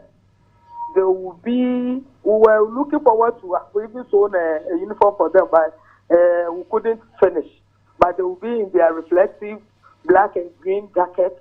They will be on the highways with especially the N or the N6 with the police, the MTTD and other police officers, junior officers and senior officers, about 800, will be on the road to enforce road safety laws, especially backed by their new launch of a new technology, Operation Parry and Spy, police invisible, public invisible eye, whereby they will be putting cameras on motorbikes and in cars to patrol major highways and towns along places that celebration and the occasion will be on the husk, like Koko, Volta region and others.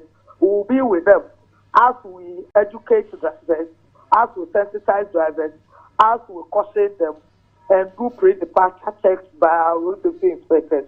Our outreach team too will go into churches, will go into communities, will go on the highway, and we'll be flying banners. We'll be putting banners from Isawam to the Koko Mountain at various churches to announce to the public what is going on. Because of COVID, 2 years ago, Kowu was suspended. But as the COVID protocol eased, it has been resurrected or reintroduced. So people who are going there with the mind of only chilling, making merry, to be careful and be aware of their safety and security. Right. So they should not just do anything and cause harm to innocent people.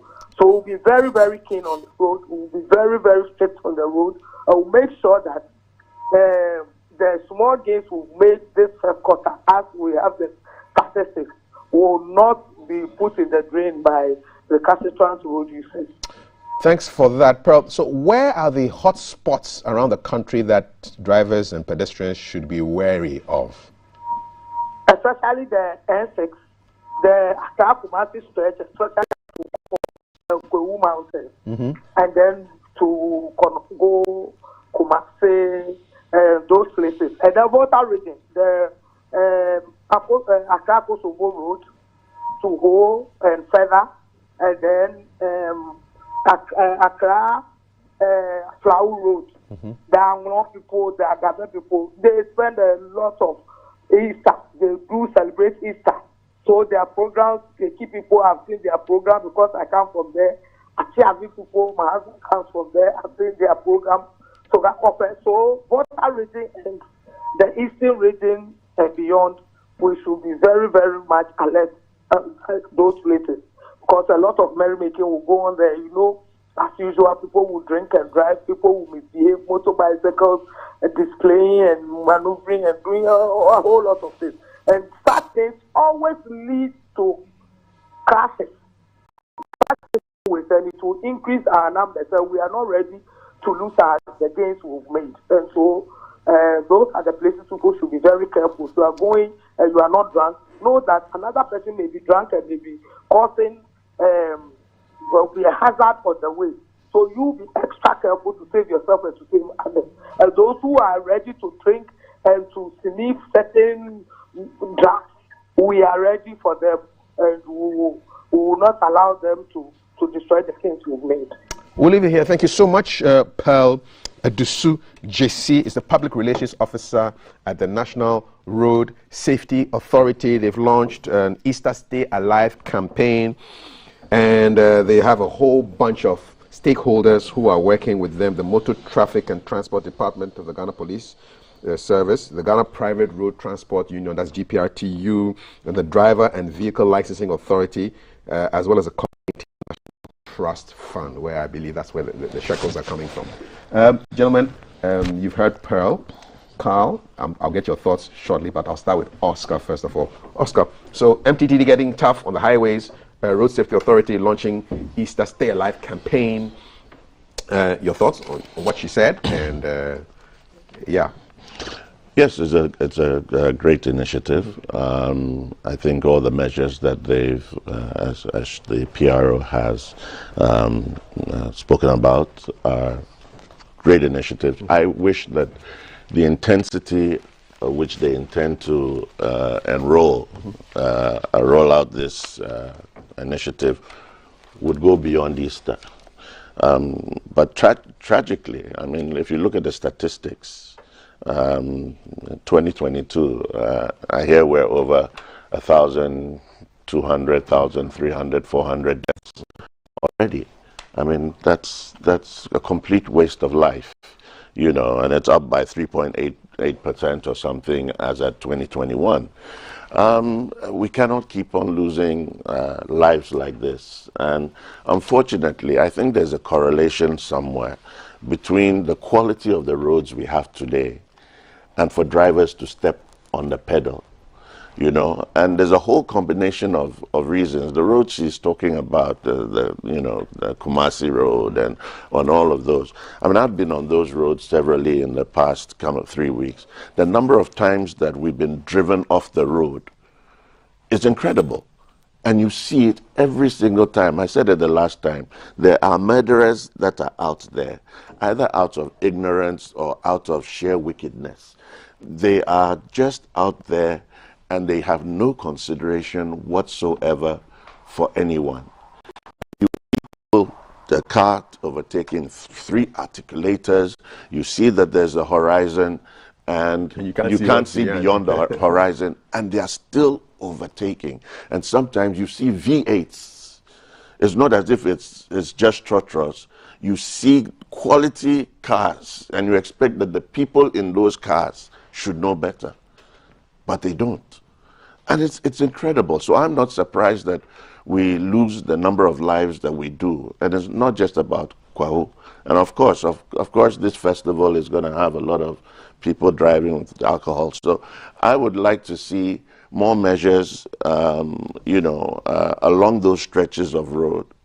You know, it's true with the speed guns and, and them stopping you for alcohol breathalyzers along the road may not necessarily... Kafu is looking at me. Have you ever been... I've never been breathalyzed in my life in Ghana. Have you been breathalyzed? I haven't. Carl, have you been breathalyzed? Can you explain? Because I know what breathalyzer is. Yes, the question yes. So is it's where they ask you to breathe your breath into some kind of a receptacle. Absolutely. And That then it reads will the level show of a level of alcohol. It has never been done to me before. Do we have breathalyzers in Ghana? We'll have Question to is, find do you, when you travel, Mm-hmm. do you go the long distance route? Oh, do yeah. you travel that often? I do. Then probably I'd say that the grace of God is upon you. You've never been breathalyzed? Never. But you see, if you know, I'm like, we always say this joke about the breathalyzer test. If you're going to have breathalyzer tests, 90% of Ghanaians going home after 6 o'clock. We'll take a drink. We'll stop off somewhere, have a drink or two before they go home. But the thing about breathalyzers is that there's a limit in terms of nanograms per whatever it's supposed to be. So even if you've taken just one, and I don't advocate you do, but if you've taken just one, I don't think that's... Yeah. Alomo to lime one. Yeah, it depends. I mean, when I say... Our shots are quite lethal, man. Our shots are quite lethal. So the Muslims are just looking at us and saying, "You guys, what are you talking about?" We won't go there, but but yeah, I mean, this is a fantastic initiative. I wish it would go way beyond. There has to be a certain consistency. There's no one-stop fix to it. There's so many issues out there that have to be dealt with. So please, if you're going out, traveling for Kwewo, think of your safety. You have family, you have friends who love you. Protect your own life and protect the lives of those who you are transporting, if not yourself, and those who are coming in. I mean, it's an application of a little bit of common sense too as well. That's it. Thanks for that, Oscar. And also tie it into the front page of today's Finder, which says 1,299 drivers without license were arrested last year, an increase of over 111% over 2020. So you have unlicensed drivers driving on very good roads in some areas, overtaking wrongly, drinking alcohol. So there's so many factors. And Easter is always a very murderous time. I think the first thing you've got to consider, let's start with the second story first, the 1,200. That figure, I think, is extremely low. Because, Kafui, let's confess right now, I know Oscar, I know I did it, and I'm sure you did it. You started driving before you got your driver's license. Yeah. So that becomes a problem. And it's not changed from it's still happening. So I'm amazed that is only 1,002. Probably means that lack of funding or limitations to what the MTTD can do in terms of stopping people. And don't forget that there is in terms of the law, if I'm right, I remember a lawyer was telling me that there's a limit to what they can do. They can't just stop you for the sake of stopping. They've got to have a reason, and even then, after it's been done, they can't do what they tend to do. Give me your driver's license report. No. You're given 48 hours. You're supposed to take the car particulars, and then the guy is given 48 hours to go to MTTD to quotation marks, as it were, defend itself. On the other issue, the first one that Oscar spoke a lot about, that's where I'd like to have stats and data to make a meaningful contribution to the debate. Reason being that police are extremely limited in what they can do. But I'd have thought that rather than always coming out with a new quote, new in quotation marks, a new initiative, they'd rather just be doing it anyway. Granted that in this country we love a lot of publicity in what we do, but that is one of the core functions of the police in terms of the MTTD, the MTT department of the Ghana Police Service. It's their duty. So why the hullabaloo and this? Yes, I know that it's around this time. Maybe stats will show Christmas, Easter, lots of accidents in terms of what. But they should also know that. Then they should also quote up the ante when it comes to those things, without necessarily giving it the publicity again. because this is the fact of the matter. This happens. And ironically, then this is just to go a little bit off. In the public sector, when I used to work in the public sector, oh boy, Thursday, that is tomorrow, half day. Oh, Thursday was like a half day? Why? And even... Not Friday? As the Ghana people say, Wanyapu. Okay. Even Easter, if the person is called Naughty, he says he's going to his hometown. Why not? Why not? Or Bote or whatever. Whatever it is. So clearly you can see that there is something about the Easter that maybe you don't see in Christmas. And that probably is where maybe they start. I don't have them. Probably so that it's probably because it's quite a long holiday. You have that Friday and then you have that Monday.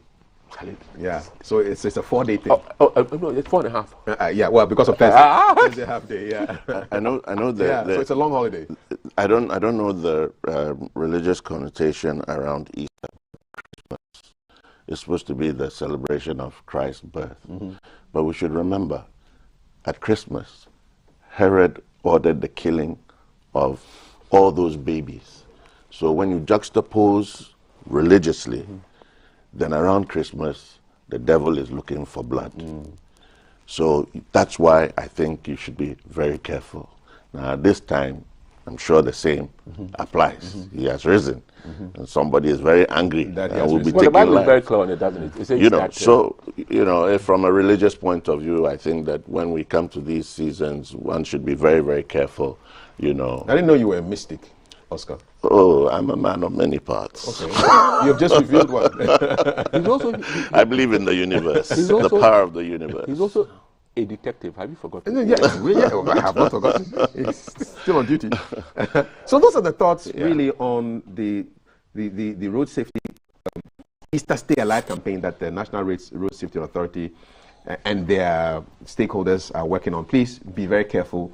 If you must drink and drive. And it's raining. Drink awake. And it's raining. Yeah, it's raining. So the roads are slippery. Yeah. Please, so be very careful. Don't drink and drive, please. Your family needs to see you after the holiday. Remember, we are marking the death and resurrection of Christ. Don't die. You will not get resurrected, at least not now. So please, don't drink, don't drive. Be careful. Overtaking. I mean, I had all kinds of tips when I was growing up. They said when I started driving from Accra to Kumasi in the mid-90s, and the guy who taught me how to drive, he says, listen, when you are going up a hill, start blowing your horn. Beep, beep. Because you are doing the right thing, but there's probably some bozo on the other side who is doing a 3-articulator overtake. So you start hitting your horn, and he says in the night, your lights on and flash them. When you're climbing up that hill, they will see the movement. Even during the daytime. In the daytime, yes. You need to do that. I'll tell you the truth. I have stopped driving to Kumasi. Apart from the fact that at certain sections of the road, it's so extreme and so bad. They're doing it. Yeah. I can see so that. You stop driving there. You fly there. I'd rather, now, since the Africa World Airlines Passion became available. You're cool. 25 minutes I'm there. I know it's not everybody who can afford it, so I'm not saying. But that's your personal decision. Yeah, that's my personal decision. But haven't had the experience of going to Habe, Leklebi, Peja. I'm talking to the border because there are no airports there. Yeah. Okay. Who is there? But Passion has even they stopped because I don't think people really factored in cost-benefit analysis when they were doing that. Yeah. At one of the campaign promises was to get one at Cape Coast to say, have you factored in? Be careful. If you don't have enough tourism, you're going to go there. Go. Anyway, that's another. But I see, one, the nature of the roads, and it's being done, the so-called Eastern Corridor, but it's bad. Two, some people think they own the road, so it's not only trotro drivers. Take it from me, I've seen 4WDs with flashy whatever. Yeah. And 3, not enough policemen at there. So all these 3 would come back to make all this particular period quite an extreme one in terms of accidents. Yeah. Indeed. Let's stay alive, people. Let's stay alive. And if I may add, the ability to judge distance and speed is a critical aspect of driving. and at doing 140, 160, 180 miles an hour is in seconds. Yeah. You start some distance away and you think, oh, I can make it. No. But the ability to calculate your speed and distance is critical. Yeah, and a lot of people do not have that ability. Yeah. And that's why a lot of accidents are happening. Just misjudging. Just completely misjudging. Or watch, just you took your eye off the road for a split second. And that's it. Yeah. And that's it, you're gone. Or it can be, a quick dose. Or it can be, as my late brother used to say, the stupidity of the other guy. Yes. Just assume exactly that the guy is not normal, so you take whatever necessary precautions. Exactly. Why don't you just leave early, drive at 80, and get to your destination? But Oscar, sometimes leaving early can be a problem. When I say leave early, for instance, if there is a funeral, let's say church will start at 9, and you're going to a distance place. If you wake up at 5 to take off, Charlie, you probably haven't had your full length. Yeah, sometimes you can be very drowsy. So a lot of You have factors. a point there. This is my final point on this. So those who teach driving in good driving schools say you're not driving just one car. You're driving your car, the one in front of you, the one behind you, the one ahead of the one in front of you, and the one you cannot see. So it's actually 5 cars. You're thinking for 5 people. You know, common sense is not that common. Okay, breaking news. It's not common. I don't know who called it common sense, but it's not common. So please think for those people, okay? And then I remember my late mother always saying, drive at 80, 80. I used to do my 120, 130. Now that I'm a father and a husband, the 80 is now what I do, unless I'm driving alone. That's when you go fast. It's a confession. So it's good to have a partner with you, or say a copy. Don't say us. It's me. When I'm driving alone, I drive faster. When I have a copy, you're thinking about the copy. So maybe you should go with a copy and then you drive slower. So those are our road safety issues. What are any tips on how to drive defensively and keep yourself safe and others on the road safe? We'd love to hear from you. 055-556-1034. A man has been talking, and the talking is being interpreted in many ways. So this man I'm talking about is the minister in charge of national security, and 2 papers have reported it in very interesting ways. So the Republic's press says Kandapar under fire for bizarre admonishment to judges. There's a picture of him there. And then the Inquisitor says, Kan di Asem Abba. Shout outs to Kuku Bong. And after harmless advice to judiciary. Well, if you're wondering what he said that has got feathers ruffled, let us listen to the statements of the National Security Minister, Mr. Kandapar. Then we'll get your comments on it. Of the absence of an effective justice delivery system, or delayed justice, or biased justice is certainly a threat to national security. And indeed, when injustice abounds, particularly in situations where the bench, which is considered as the final arbiter of disputes, is deemed to be biased, citizens tend to take the law into their own hands, most times without recourse to the established systems of justice delivery.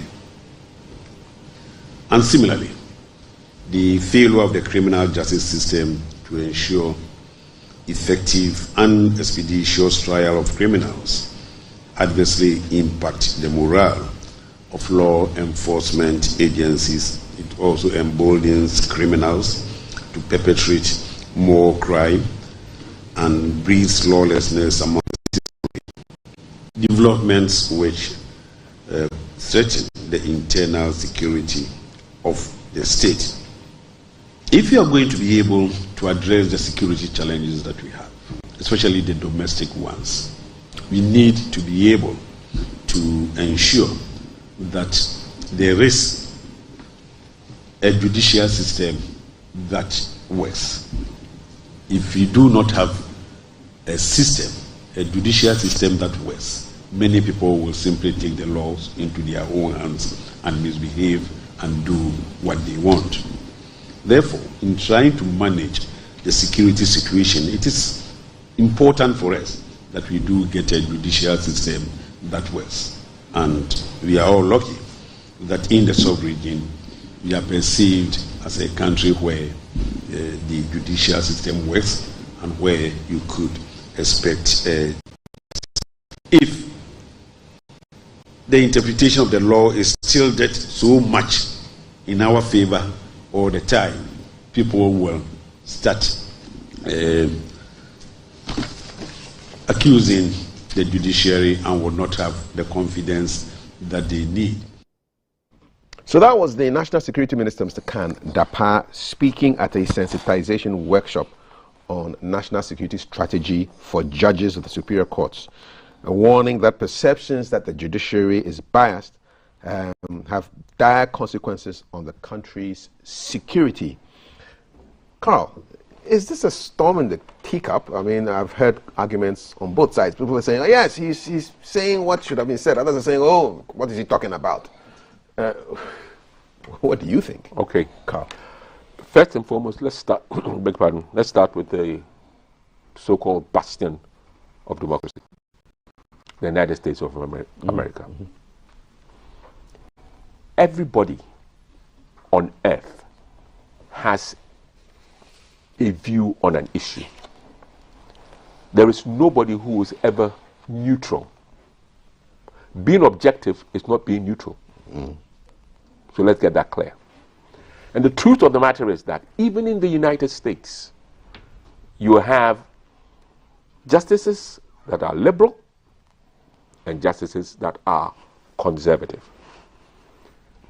What's different from there and what's different from here? It's the same. If I was raised up believing in a particular principle and I still do my whatever it is to get to become a judge, at the end of the day, I will still be governed when it comes to taking decisions by a particular principle. Having said that, it's clear, isn't it, that whenever the case does not go against us, we say the judge is biased. In the same breath, when the case goes in favor of us, that's a phenomenal objective judge. We can't have our cake and eat it, as it were. We've just got to accept that this is the system we're going to operate by, unless we decide on another way, and we have to accept the judge. And that's why we have various levels. High Court, you're not happy with it. Appeal Court, you're not happy with it. Supreme Court, you're not happy with it. And then a review of the Supreme Court. But the review of the Supreme Court, I've been told by lawyers, is that you have to bring additional evidence that was not. You can't go and argue the case again, all of good. And two more judges are added to the panel. Yeah. Kandapar is operating in a democracy, and he's speaking his mind. It's the same with Kaltufo sitting here. What I have a problem with are some of the laws, not necessarily the interpretation of those laws by judges. Some of the laws are so ambiguous that you can't see your left from right. Why don't you break it down for the ordinary Oscar, Carl, and Kafui to understand? Some of the laws for me too are totally outmoded, if for want of a better word, or are ridiculous. Somebody buys a plot of land, and you say if he hasn't developed in 12 years, and somebody comes and builds on it, therefore. It's a ridiculous law. I've sweat and blood, and you and I know how long it takes to even build a boys' quarters in our economy. Only a few people get if you want to be honest. Absolutely, thank you. and so, yeah. When you have laws like that, then it's ridiculous. So maybe, rather than looking at, oh, you touched the hornet's nest, judges are biased, go change the laws, break it down, and make it simple, whatever it is. And then maybe we'll get some headway. But note, one man's meat is another man's poison. Whatever decision a judge takes, one side will not be happy. Case closed. One man's Chelsea is another man's Real Madrid. Adish. Oscar. Isn't it? You know what I mean? It's like football. Yes. I mean, we all have issues with referees' decisions and all kinds of things like that. Are we too sensitive in Ghana and so quick to read, try and defend the turf. So when somebody speaks, there are a lot possibly out of line, then people just get there are a lot sensitive. of dynamics at play here.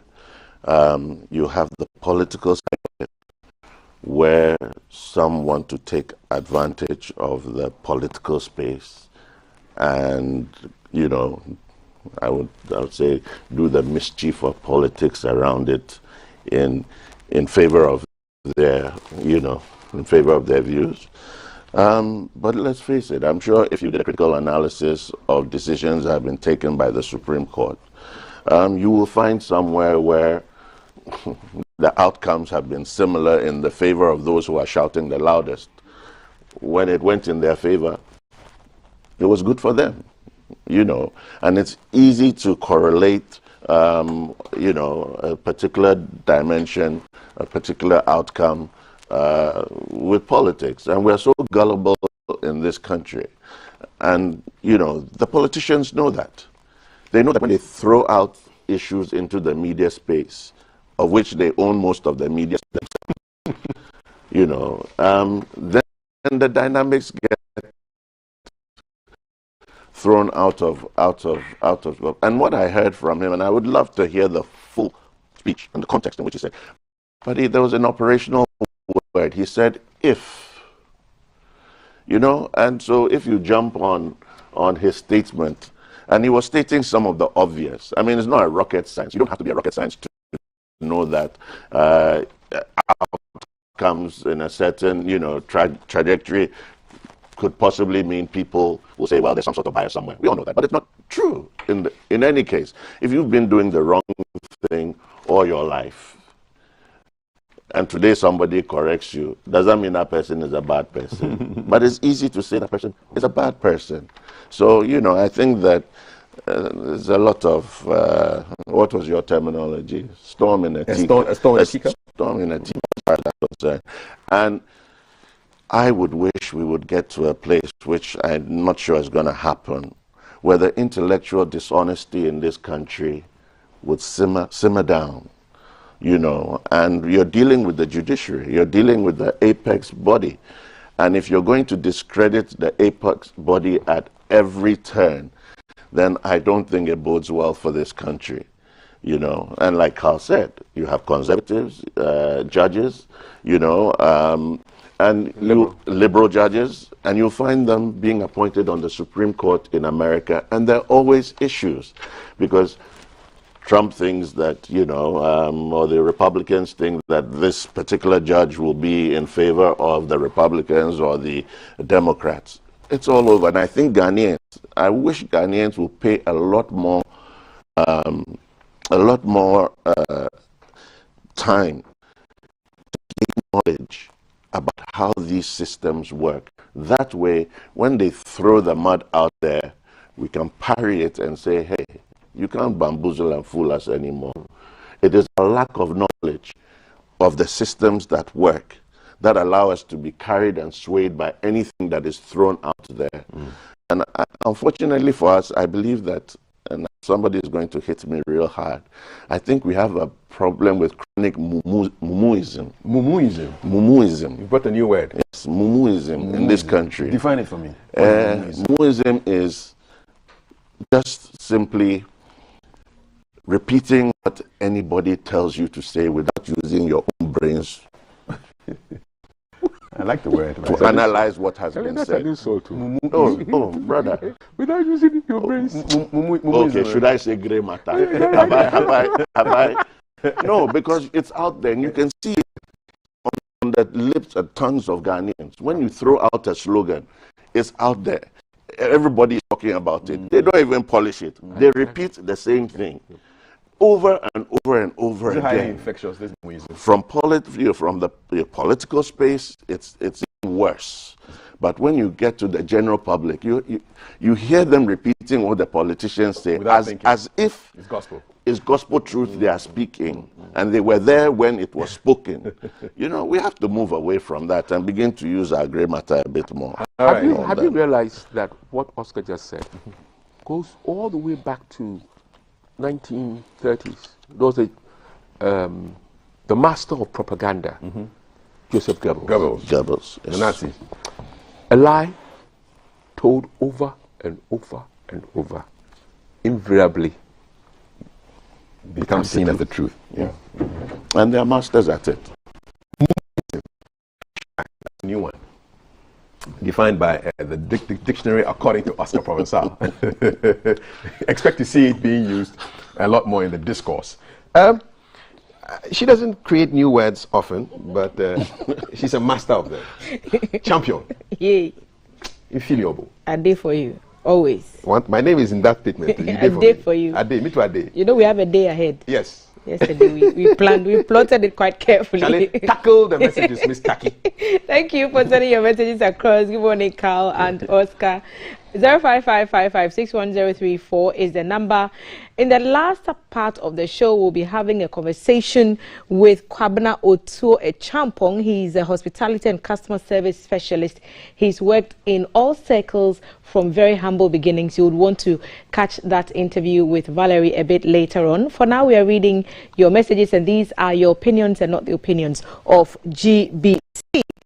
Mickey to be the one starting for us. Hi BFS, why should Ghanaian businessmen beg government for tax holiday or waiver and other enabling environments to operate and become competitive to the multinational ones? But foreigners are offered these privileges wholeheartedly, forgetting the fact that they will repatriate profits made to their countries of origin.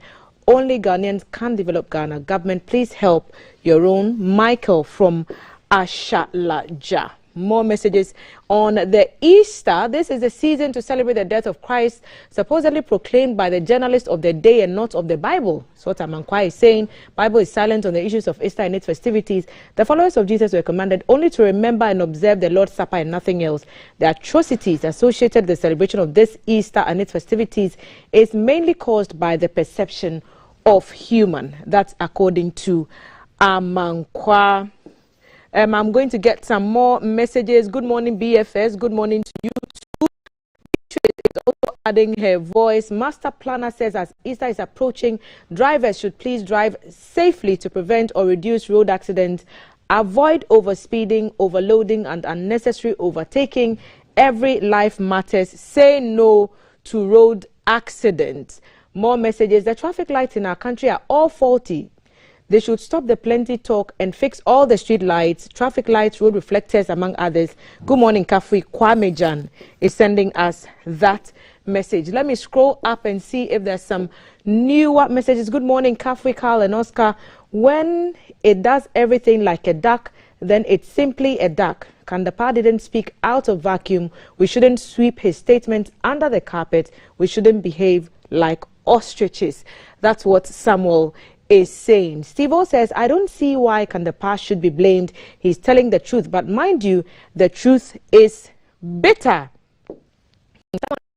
Explain Mumuism, and he said, in Gami, Bulu. The guys are helping us with some literal translation. Maybe it should have been Buluism. Buluism would have been more powerful, don't you think so? Buluism. Isn't just the way your lips go around the word. Oscar, that's your name. Your namesake speaking from Oblogo News site. He said, strongly believe that if the MTT digitize our roads with cameras, it will make their work easier. Oscar from Oblogo News site. I'm still trying to feel Mumuin. I've given up. Is that the same video dancer lambasting judges? Anyway, Ghana would be one of the three wise men. Yes. Messages coming in from viewers not reflecting the views of GBC, and I keep going right up again. Mina Hunter Frankobab is saying, Kaf, you have to help us with it. Shall be well with all.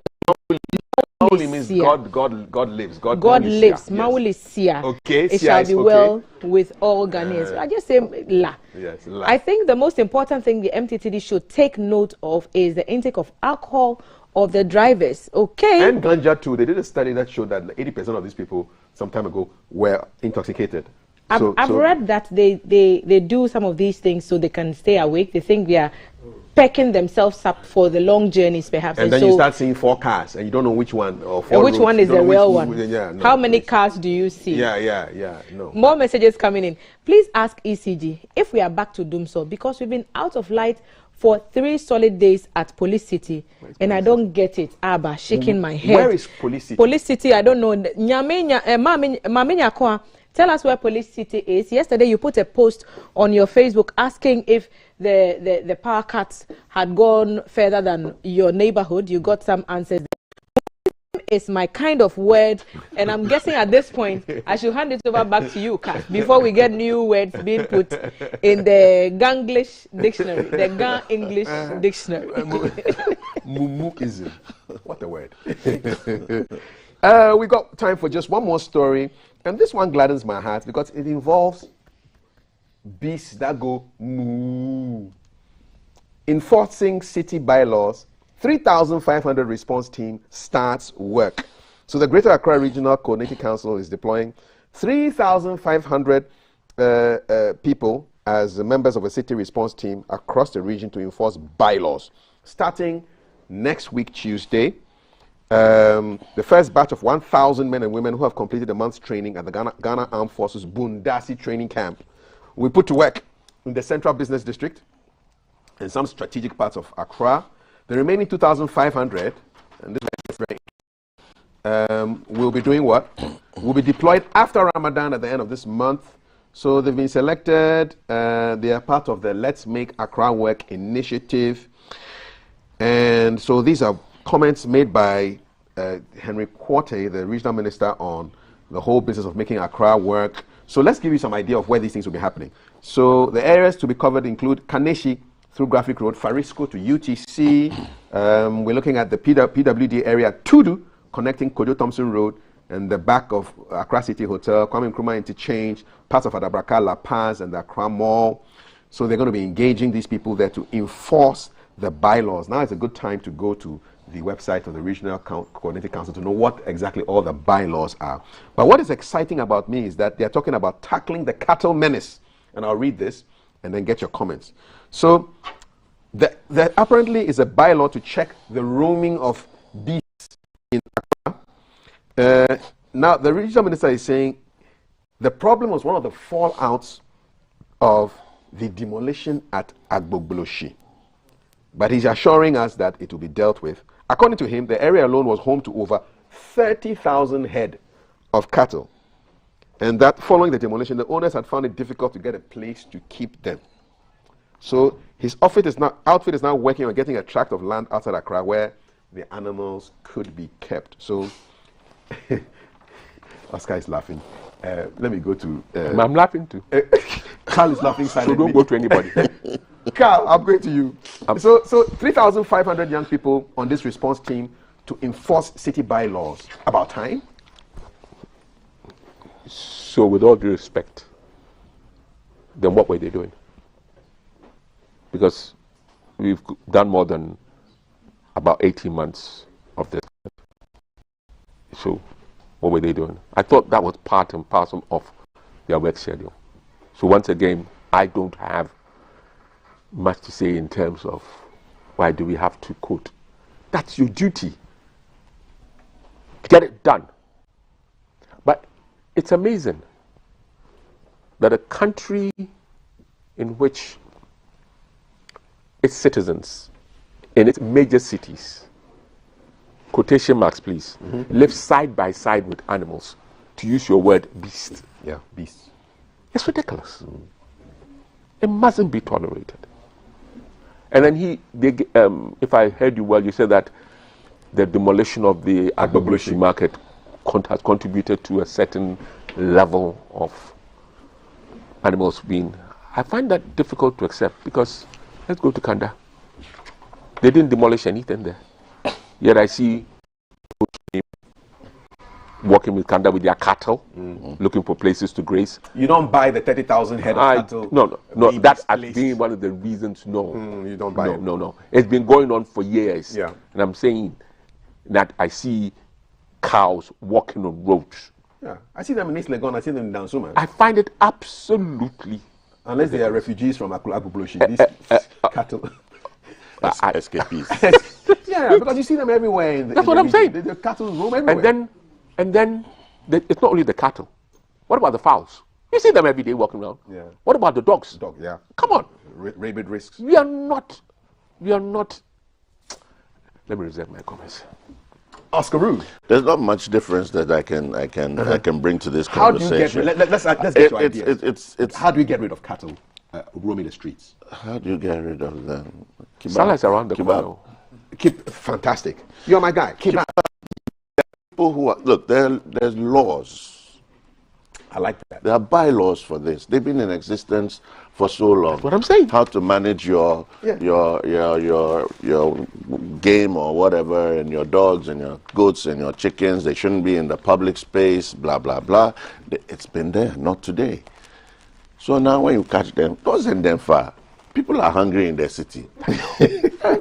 Shrimp kebab on street corner, free food. You will help solve a problem of hunger for people. Then people will sit up because that's the investment they have made. One goat, one cow, serious investment.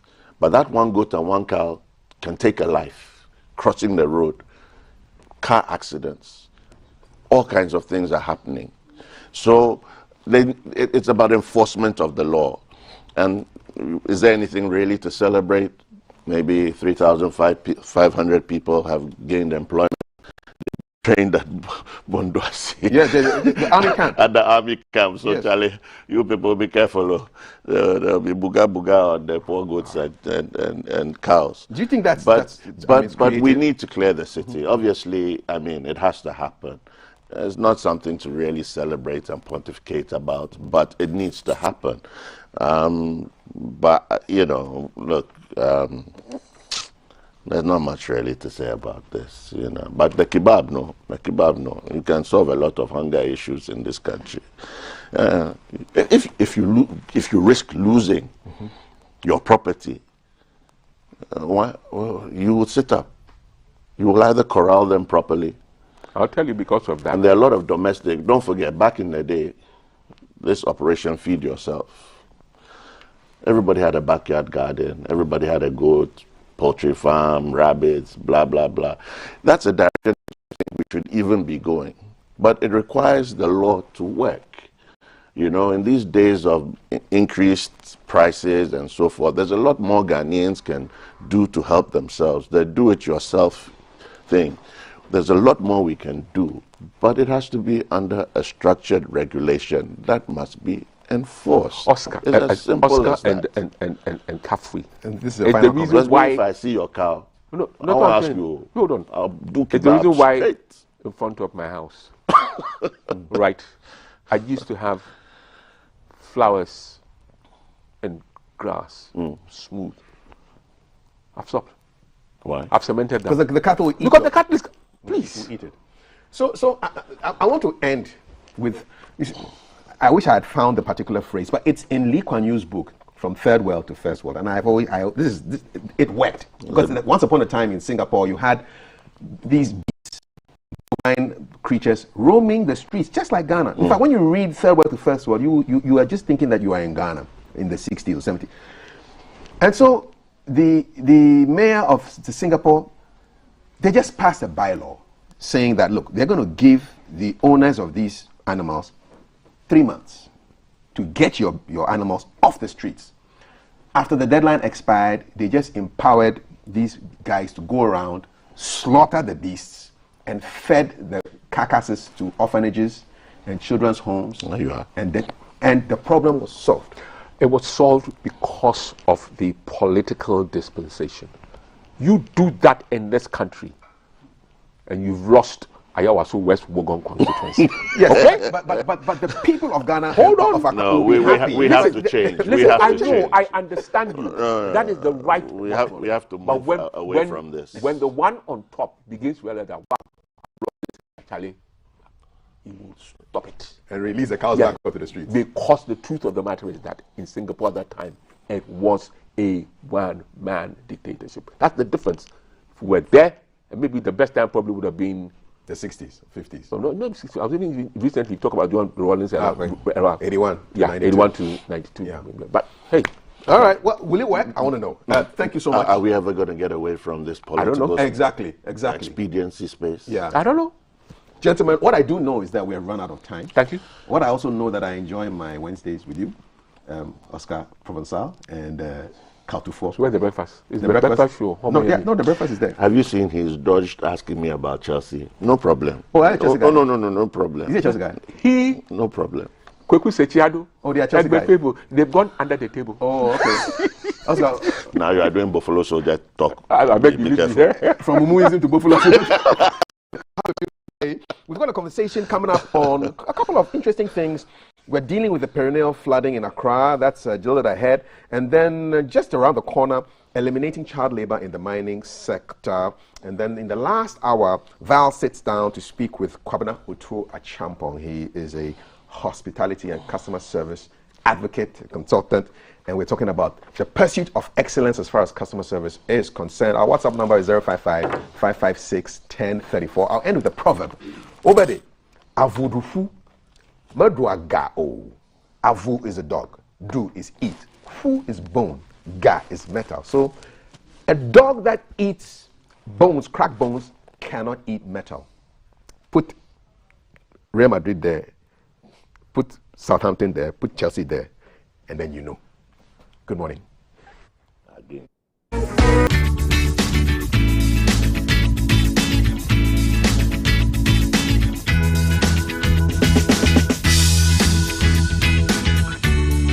Live on GTV.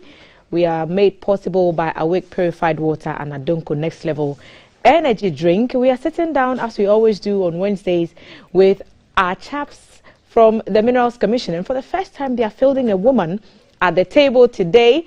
And it's because they are making gender mainstreaming the topic for today's conversation. We've heard about women in media. We've heard about all the players that take part in the mining sector. Why is gender such an important part of that? Why should we have a conversation around gender mainstreaming in the mining space? And today, to help us understand why that is important, we have a lawyer at the table, Fafa, Officer, Legal and Gender at the Minerals Commission, and she joins me now. Fafa, good morning and welcome. Good morning, Thelma, and a very good morning to your viewers. It's great that for the first time, at least at this table with me, Minerals Commission brought a woman, and it's because women also play such a key role in mining. Tell us what gender mainstreaming is all about. Well, Thelma, gender mainstreaming is a strategy, right, that ensures that the interests, the concerns, the experiences of both men and women are properly integrated into mining policies, mining budgets, mining plans, mining structures. And so the purpose of it is to ensure that both men and women benefit from development and benefit from the sector as a whole. Now, I'll tell you this. You realize that industries such as construction, mining, utilities historically have been tagged a man's domain. So these gaps have been created as a result of history.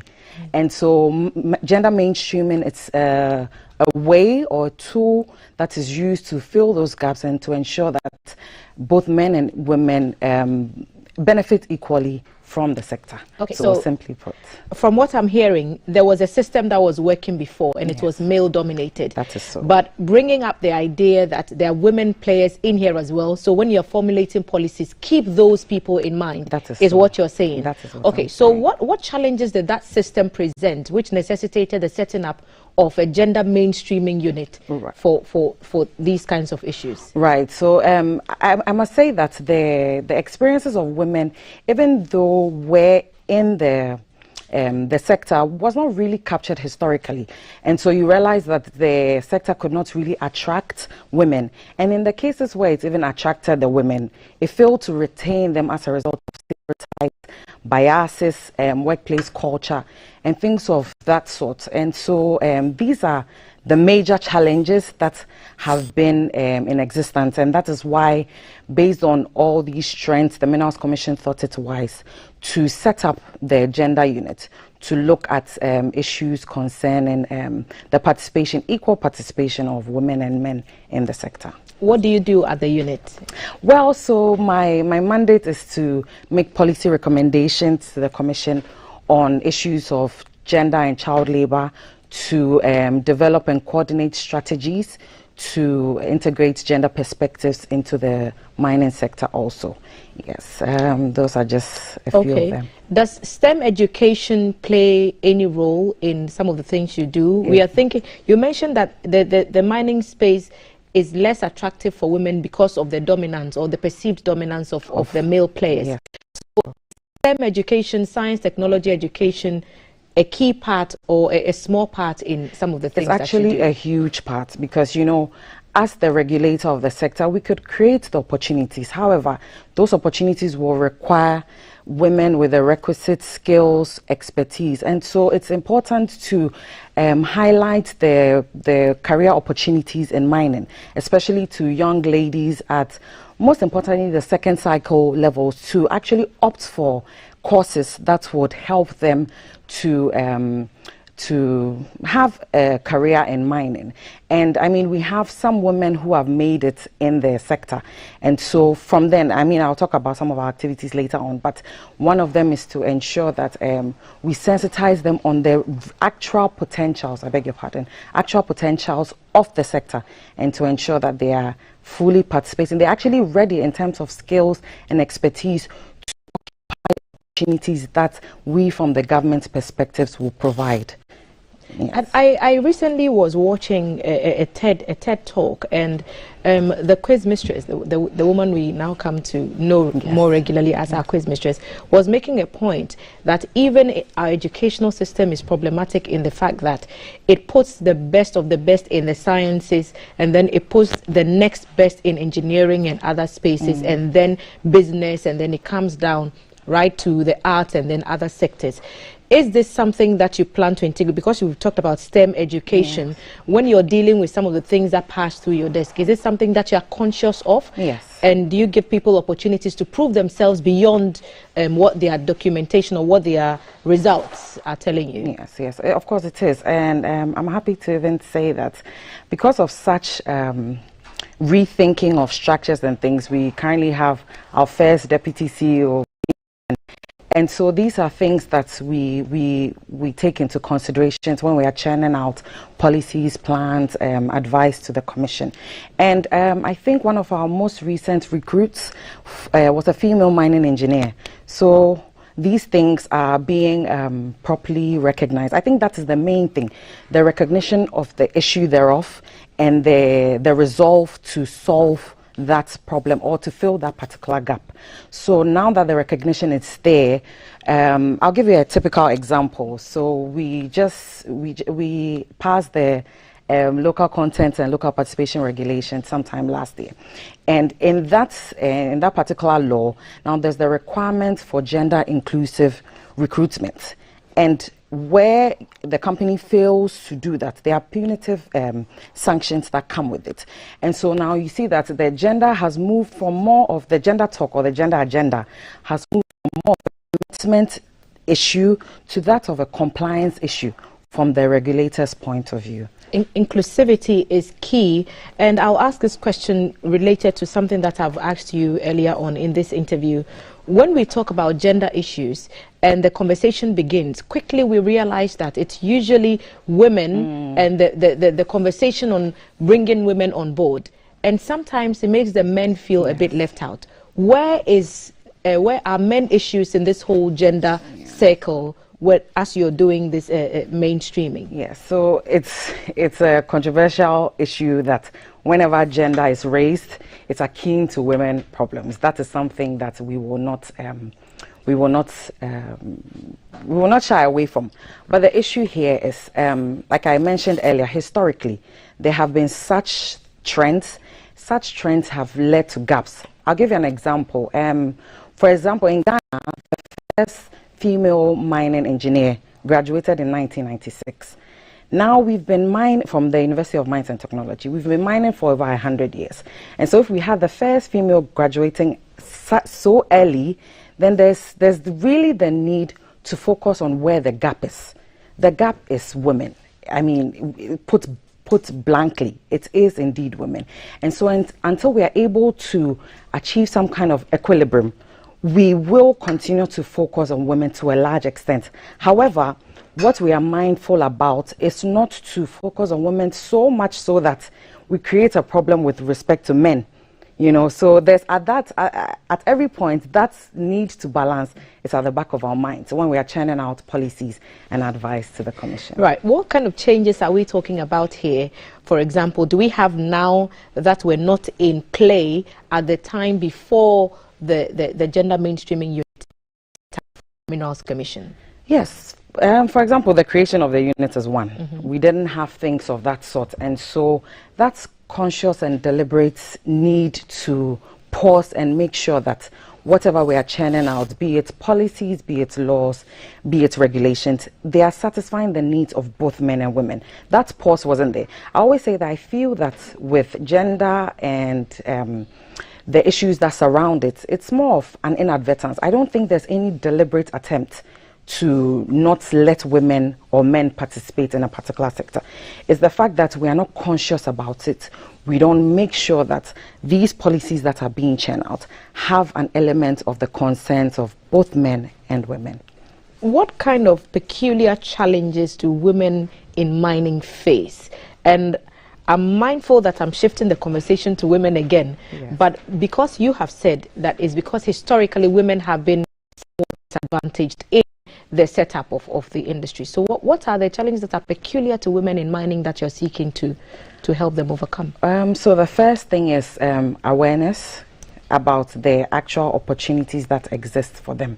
So our focus is usually with women in the large-scale mining sector, women in the small-scale mining sector, women in mining host communities, women along the mining value chain. So the main issue now is awareness and knowing that, yes, indeed, there's no deliberate attempt to prevent you from getting the benefits of the sector. And so the need is, the awareness is to let you know that these are the laid down procedures. You can come on board. It may be some financial challenges, as we all know.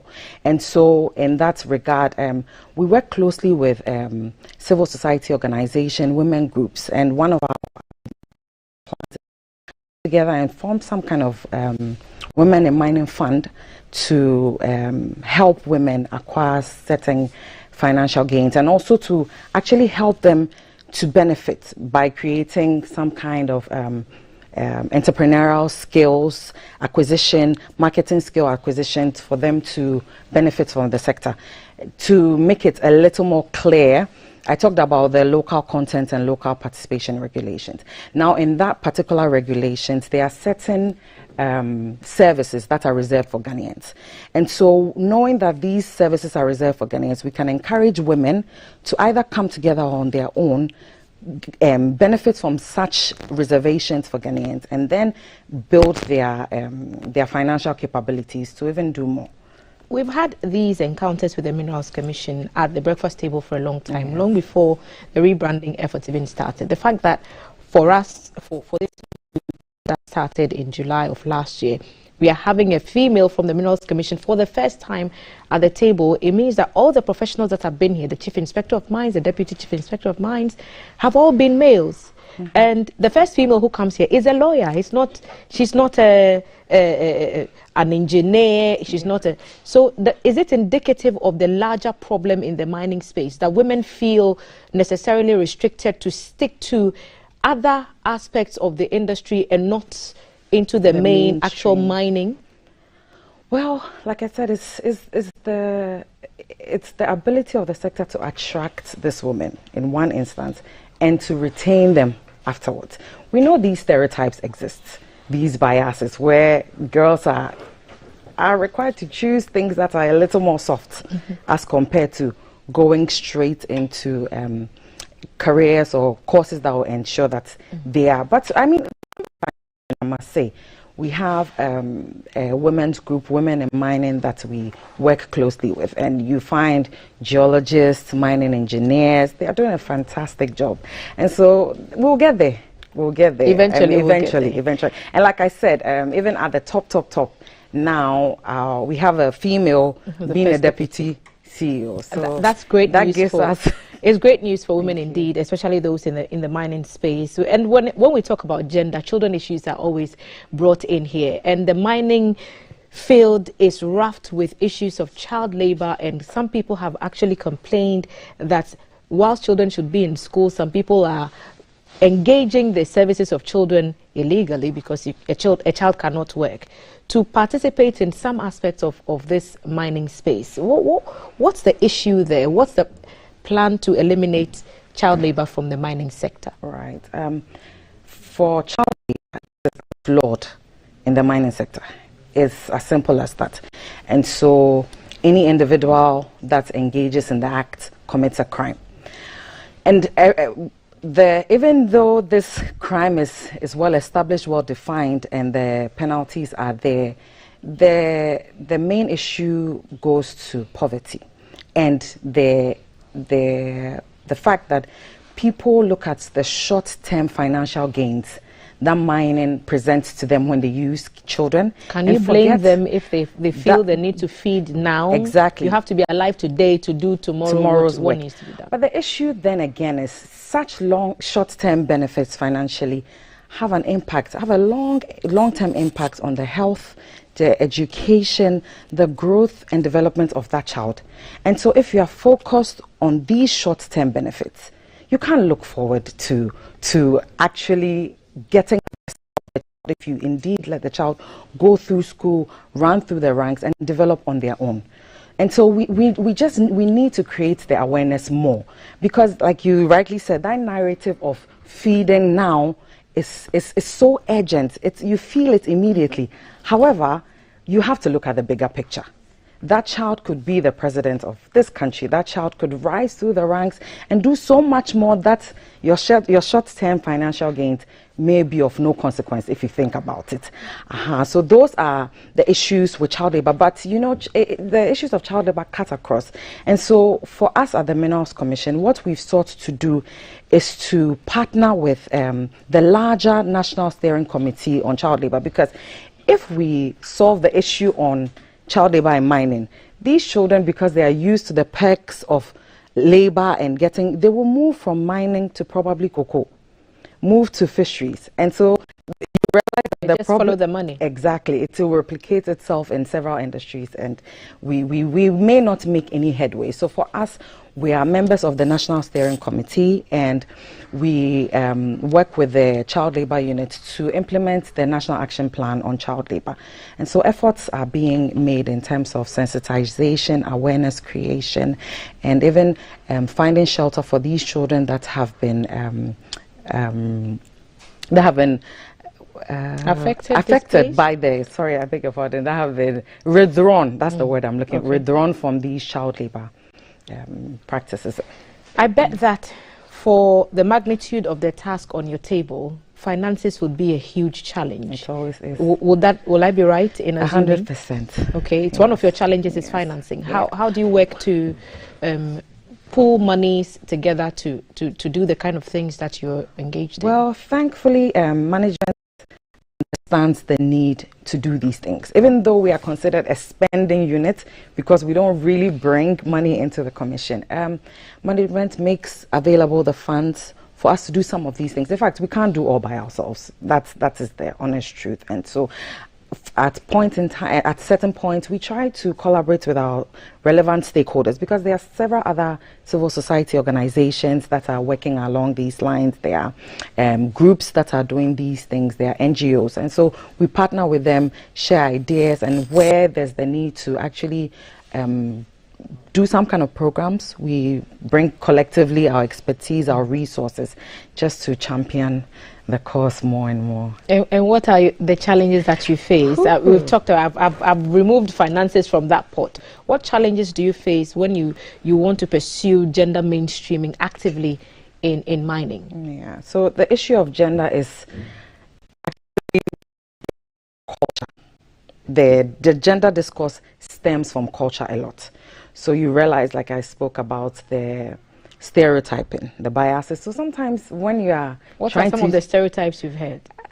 This domain is for men. Women are not invited. I mean, I'm not limiting it to mining, but I'm talking about it in general, such that when you start to advance these things, they're like, oh, this. And like I said, the misconception that gender is akin to women problems, some people don't want to hear it at all. And so, unlike this platform where we sat down to go into the real issues, some people just dismiss it in the beginning, and it makes the work twice as hard. So being dismissive of issues of gender in any industry is one of the key challenges you have to overcome every day. Yes, and that challenge is embedded in culture. And how is culture at play here as a challenge? Well, this is my honest understanding of it. So the fact that even in terms of choosing a career path, you realize that ladies or women or young ladies are encouraged to do things that are considered soft. The arts, perhaps? Perhaps. You know, but there is nothing limiting them from going into the STEMs, except for the fact that, oh, it's hard. You might not finish quickly. And the worst part of it is time. You may have to spend so much time doing this. When will you settle? When will you marry?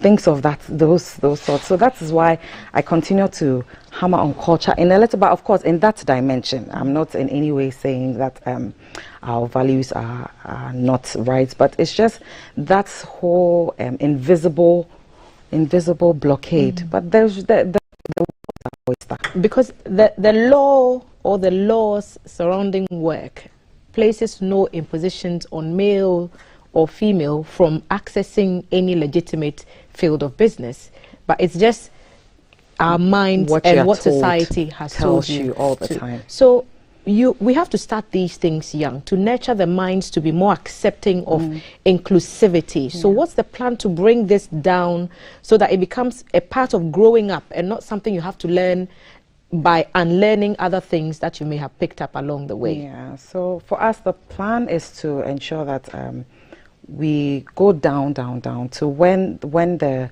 young ladies actually have a choice or are able to make a choice.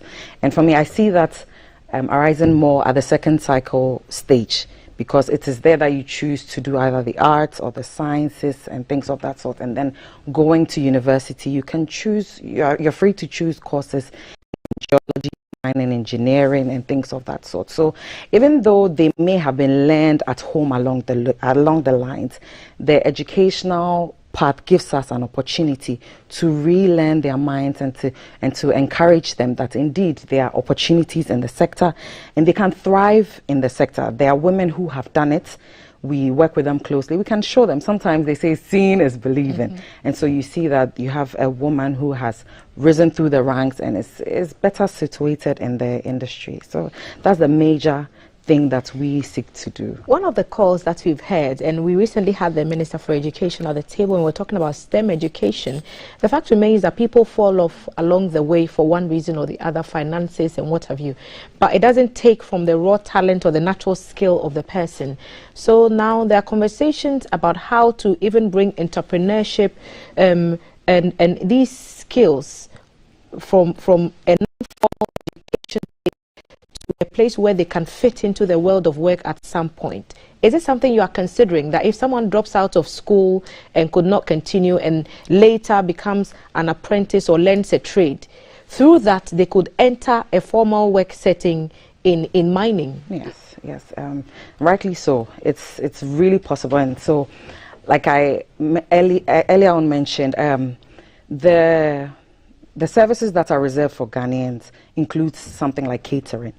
And so if you fall along the educational ladder and you specialize and you are able to cater for events or for organizations, we could let you understand that there's that kind of opportunity in the mining sector, such that you are engaged by the mining companies to provide food for them. Again, cooking, females. So is it something that, for example, if a young man was engaged in illegal mining, for example, wants to turn their life around and get into actual legal mining processes, but they do not have the education, is there a system where they can train to become engineers or miners, as we refer to them in our part of the world?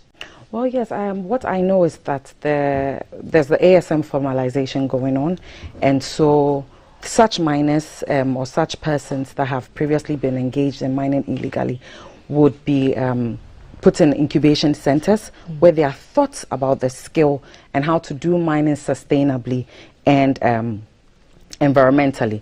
So there's that avenue available for persons who wanted to do that, who are interested in doing the right thing. And so it's coming up. It's part of a World Bank project that we are on now. And so hopefully we can. And again, when I mentioned the cooking, I wasn't restricting it to women. Okay. I was just saying that people to enter, yes, to enter the sector without necessarily. Now tell us some of the exciting things, the activities that you've been up to in your unit, because I hear there's a lot happening. Well, yes, most, like I earlier on indicated, it's mostly about sensitization, awareness creation, letting people know, dispelling certain controversies, and it's been quite exciting. We have been, I think the most intriguing one for us was a project that we did up north in the Savannah region, where women miners were trained on how to mine environmentally. And when we went back and we checked, we realized that their gold retention using the proper sluicing methods had increased. And so for me, it was a very fulfilling exercise, knowing that we're able to contribute a little more to what they are doing. Yes, and I think one of the other thing is the fact that policy now takes into consideration the need to integrate gender perspectives into the sector. I'm excited to always see women rising, and I'll give you the opportunity to make some final comments if there's anything that we haven't touched on already. But why should a company or an organization, even if it's not a mining firm, be more interested in pursuing gender mainstreaming, considering, as you've said, it doesn't fetch the firm anything, but it just spends money? The point is, I feel that when firms, organizations, institutions do this, they benefit from a bigger pool. So you have men, women. That's a larger pool to obtain developmental progress from. And so why stick to one pool and be shorthand or and yes, why stick to a short pool and not thrive when you can have everybody that indeed matters to join in and then ensure development and progress. Fafa, yes, or should I say Council, thank you so much for being a part of our breakfast this morning. And you can watch this interview and other videos across social media handles of the Minerals Commission. You can follow them on YouTube, Twitter, Facebook, LinkedIn, Instagram, everywhere they are there. Just look for Minerals Commission Ghana, and you can watch this interview and others, of course, on there. You can also watch a repeat of this particular interview, indeed the whole show at 11 p.m. when it repeats, or just hit our social media handles, Ghana Broadcasting Corporation, and watch them all over again. We've been looking at gender mainstreaming in the mining sector, and lawyer Fafa Kukubo, officer, legal and gender of the Minerals Commission, the first woman at our table in this rebrand. Thank you so much. We'll get there. Yes, we will. We'll have another conversation coming after the break, and this time we are thinking about flooding because the rains have started and some people are simply not ready. After the break.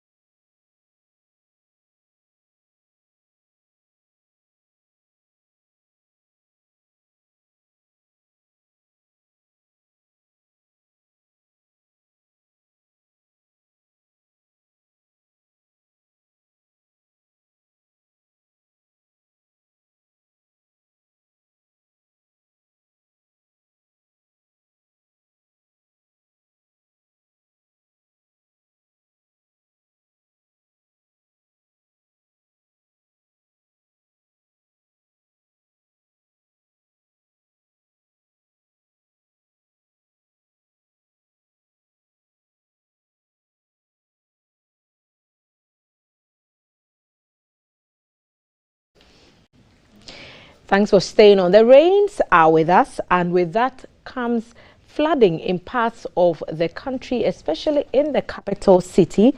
Efforts are being made to ensure that the loss of lives and property when the rains do come and cause flooding are reduced. The Ministry of Works and Housing is partnering with the Ministry of Sanitation and Water Resources to make sure that these unfortunate scenes that we've witnessed in the past do not happen. Fact remains that attitudes remains a key part of the problem, and the ministries are collaborating to find ways to shape that in a befitting way. Dr. John Kisi is a technical advisor at the Ministry of Works and Housing. Doc, good morning and welcome. Good morning, Tom. And Thank you. he is here with Mr. Samson Akwete, Deputy Director, Solid Waste Management, Ministry of Sanitation and Water Resources. Mr. Akwete, good morning and welcome. Thank you. Great. And the gentlemen are here to help us talk about the launch of government's approach in dealing with perennial flooding in the country. Perhaps I'll start with you, Dr. Kisi. Every year, without fail, you can bet on it's almost like lotto number. You can bet that there will be some flooding, even in Accra. And every year there are efforts to make sure that we learn from the mistakes, don't repeat, but we do. What's the problem here? Okay, thank you very much, Thelma. You're right. Every year we do get flooding. What I can say is that we do get flooding in some areas. In some other areas, we do not experience flooding. The thing with flooding is that it becomes an issue when it happens. When it doesn't happen, we are fine. We are fine. No one talks about it. And no one thinks about what happened and why is it that we didn't get flooding. So since this government came into office, a lot of work has been done. About 450 million Ghana cedis has been spent in two major programs. One we call the National Flood Control Program. That's basically identifying hotspots across the country, developing engineering solutions and implementing them over time. So as a result of that program, a lot of areas here in Accra and across the country have been relieved of the flooding. But the scale of the problem is huge. You know, it will take time. So I mean, I can talk about projects like projects in Domi, in Hacho, in Madina Maya Hot, Achimata Mar7, in so many other areas that projects have been implemented and others are ongoing, you know, as we speak, to help alleviate flooding. So we are seeing some of the scenes of flooding, instances of flooding in some parts of Accra and the rest of the country. And like you said, when it doesn't happen, everybody goes to sleep. And what do we do? What are the activities that we engage in that tell you officials, technical people, that we've gone to sleep on the flood watching watch? Well, so the point I made was stressing the fact that when it doesn't happen because projects have been implemented to reduce the risk. So basically, I have to add at this point that it cannot eliminate flooding. Okay. You know, I have some experience from the United Kingdom, and in a particular city, a project was implemented to protect the people from a flooding which could happen once every 100 years. The year after they implemented that project, they had a flood event or a storm event that could happen once every 200 years, which means that the design was inadequate for the event that they experienced. So they experienced some flooding. Those who didn't understand were thinking, why is it that we've done this project and we're experiencing flooding? It's simply because the project was not adequate for the particular event that happened.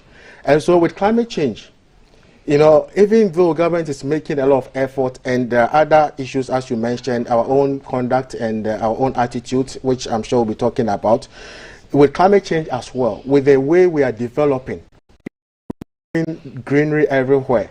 You know, when we have greenery, we have a lot of infiltration. When it rains, we have water percolating or water infiltrating the ground. So the volume of water that runs off from our homes and into the street and causes flooding is reduced. But we have a situation where people are building everywhere. People are building in waterways. People are building in waterlogged areas. People are building on Ramsar sites. So these are our conduct and our attitudes that actually undermine the government's effort. And so you pump in so much money and you see that the results are not what we should get a lot more outcome from the level of investment that the government has made from what from what we are seeing now. But I think it's an ongoing effort that we have to work together. We as a people have to complement the government effort. Because no matter how much money you pump into dealing with this flooding, if we don't change our attitude and complement government effort, we will still have these challenges. Right. So that's for the Ministry of Works and Housing. You are working with different partners. Mr. Akwete and his gang from the Ministry of Water Resources. What are some of the issues that you encounter in managing water and sanitation resources when it comes to flooding? Because obviously water bodies that are relied on to be filtered to provide potable water to homes are also affected when these things happen. Thank you very much. Like Doctor said, there's a lot of problem in relation to the human in terms of attitude towards sanitation. In this country, people dump anywhere that they get.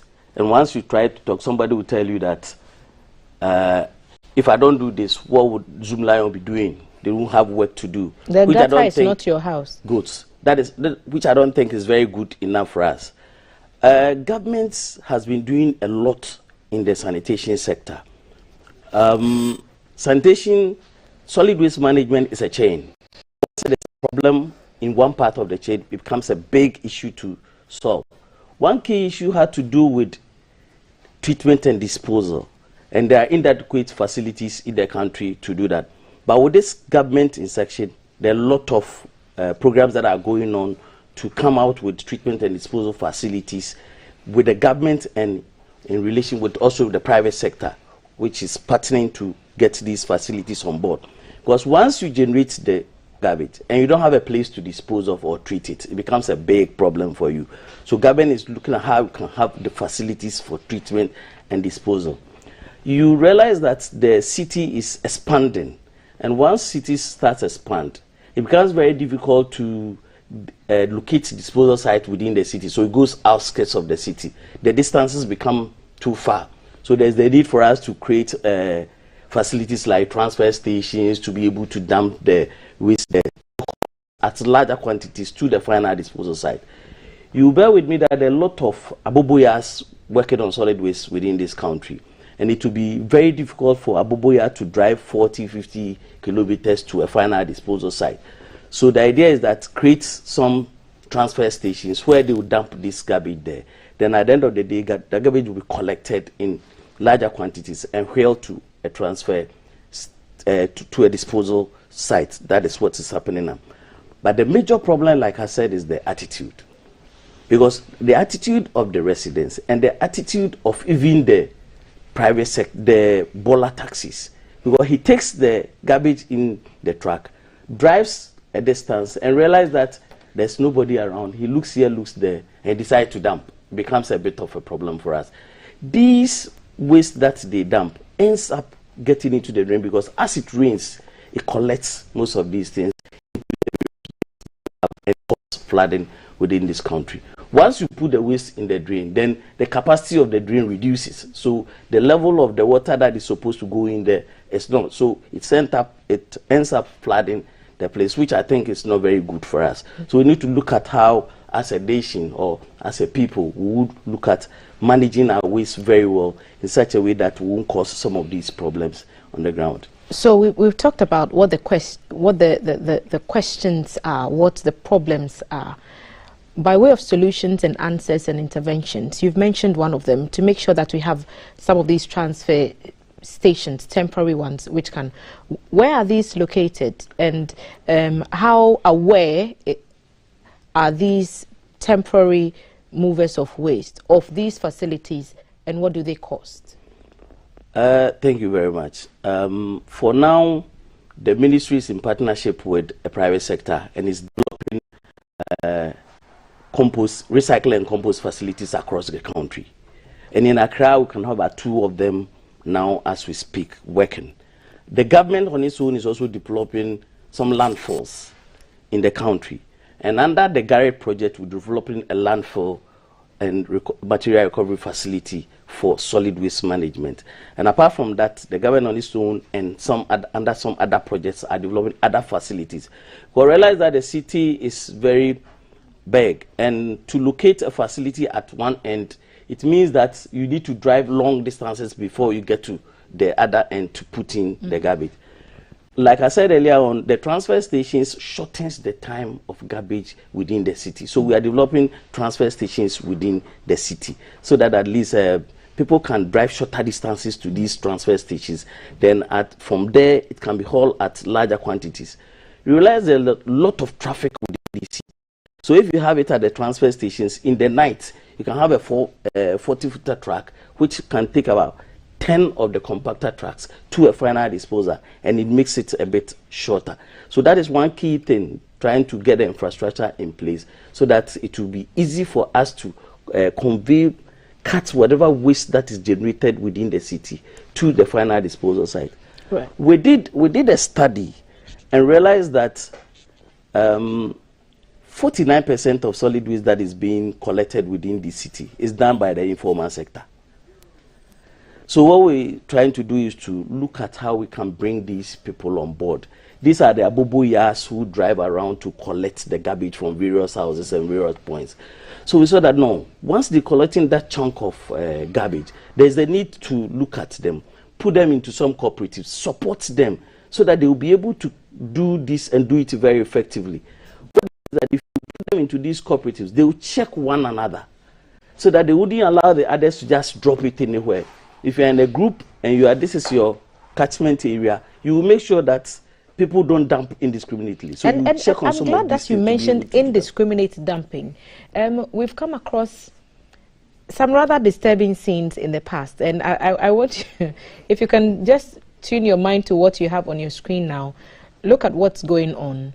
They are clearing or attempting to sweep where they live or conduct business, and all that is going straight into the gutter. This is just one of many of the issues that you have to deal with. Yeah. And look at that drain fill up and the water barely getting anywhere to go. I'll put this next one to you, Dr. Kisi. The drains along our highways are choked. I'll come to you, Mr. Akwete, to talk about dredging that's going around there. He's mentioned Garrid. Yeah. And it's all part of that project to just make sure that we reduce the numbers as much as possible. Along the major highways, the main cause of flooding is the drains don't work. Water do not flow in the drains. We've seen some of the scenes before. The water just pours out into the streets. In front of, around the police training school academy area, constantly when it rains, when you're coming from Tesano and you are approaching that traffic light in front of the police training school, always flooded. Mile 7, always flooded. That Atmocha stretch alone has about 3 or 4 places that always has water on there when it rains. What's the plan for already constructed roads that flood? And then there has to be some work put in to make sure that it doesn't happen. How is that being resolved? Right, so with respect to drains along the roads, we have urban roads, for town roads, the highways for the major roads. So let me just a little bit of education here for our viewers. Mm-hmm. So we have primary drains, we have secondary drains and tertiary drains. So just like the educational system, mm-hmm. just as the rivers. So the tertiary drains are the small ones that runs in front of our homes.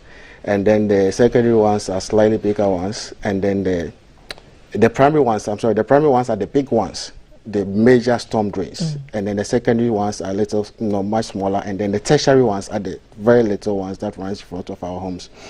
So the urban roads, they will be responsible for those ones, and then the highways and also the ministry will have some responsibility for some secondary drains, but the primary drains, the major storm drains, big ones, are the responsible. The Ministry of Works and Housing is responsible for those ones. There is some interaction because, like you said, if the small ones are choked and then the water will not get into the secondary ones, let alone get into the tertiary ones, and then everything stays in the community and floods the community. And I think that is why I'm sure some Coach will talk about it when we are launching this program, where we are encouraging, and I'm sure the Greater Accra Regional Minister has been doing a lot of work around that as well, encouraging people to remove silt from their from the drains in front of their homes, Operation Clean Your Frontage, and all of that. So that is the collaboration that we as a people need to form with the government, to help protect ourselves, to protect our own lives, and then we, as you mentioned, we are doing Garrett, and I'm sure with there's time we'll talk a lot more. Tell us about Garrett, because now there's a communication drive that you're seeking to do to change behaviors in particular among residents along the rivers, Odo River and whatnot, which are known to be heavy flood prone areas. That seeks to do. All right, thank you very much. So I'll leave the details of the campaign to Mr. Akwetia, but let me just give a bit of a context to the Garrett project. So Garrett is looking at the Odo River catchment. It's a catchment-wide solution that we are Garrett is an acronym, right? Yes, so that's a Greater Accra Resilient and Integrated Development Project. So we are looking at building the resilience of our country to flooding specifically, but also looking at climate impact generally. And so we are looking at reducing the risk of flooding in the catchment area. The Odo River takes its source from the Ebre mountains and runs down through our 17 MMDAs right down to the sea.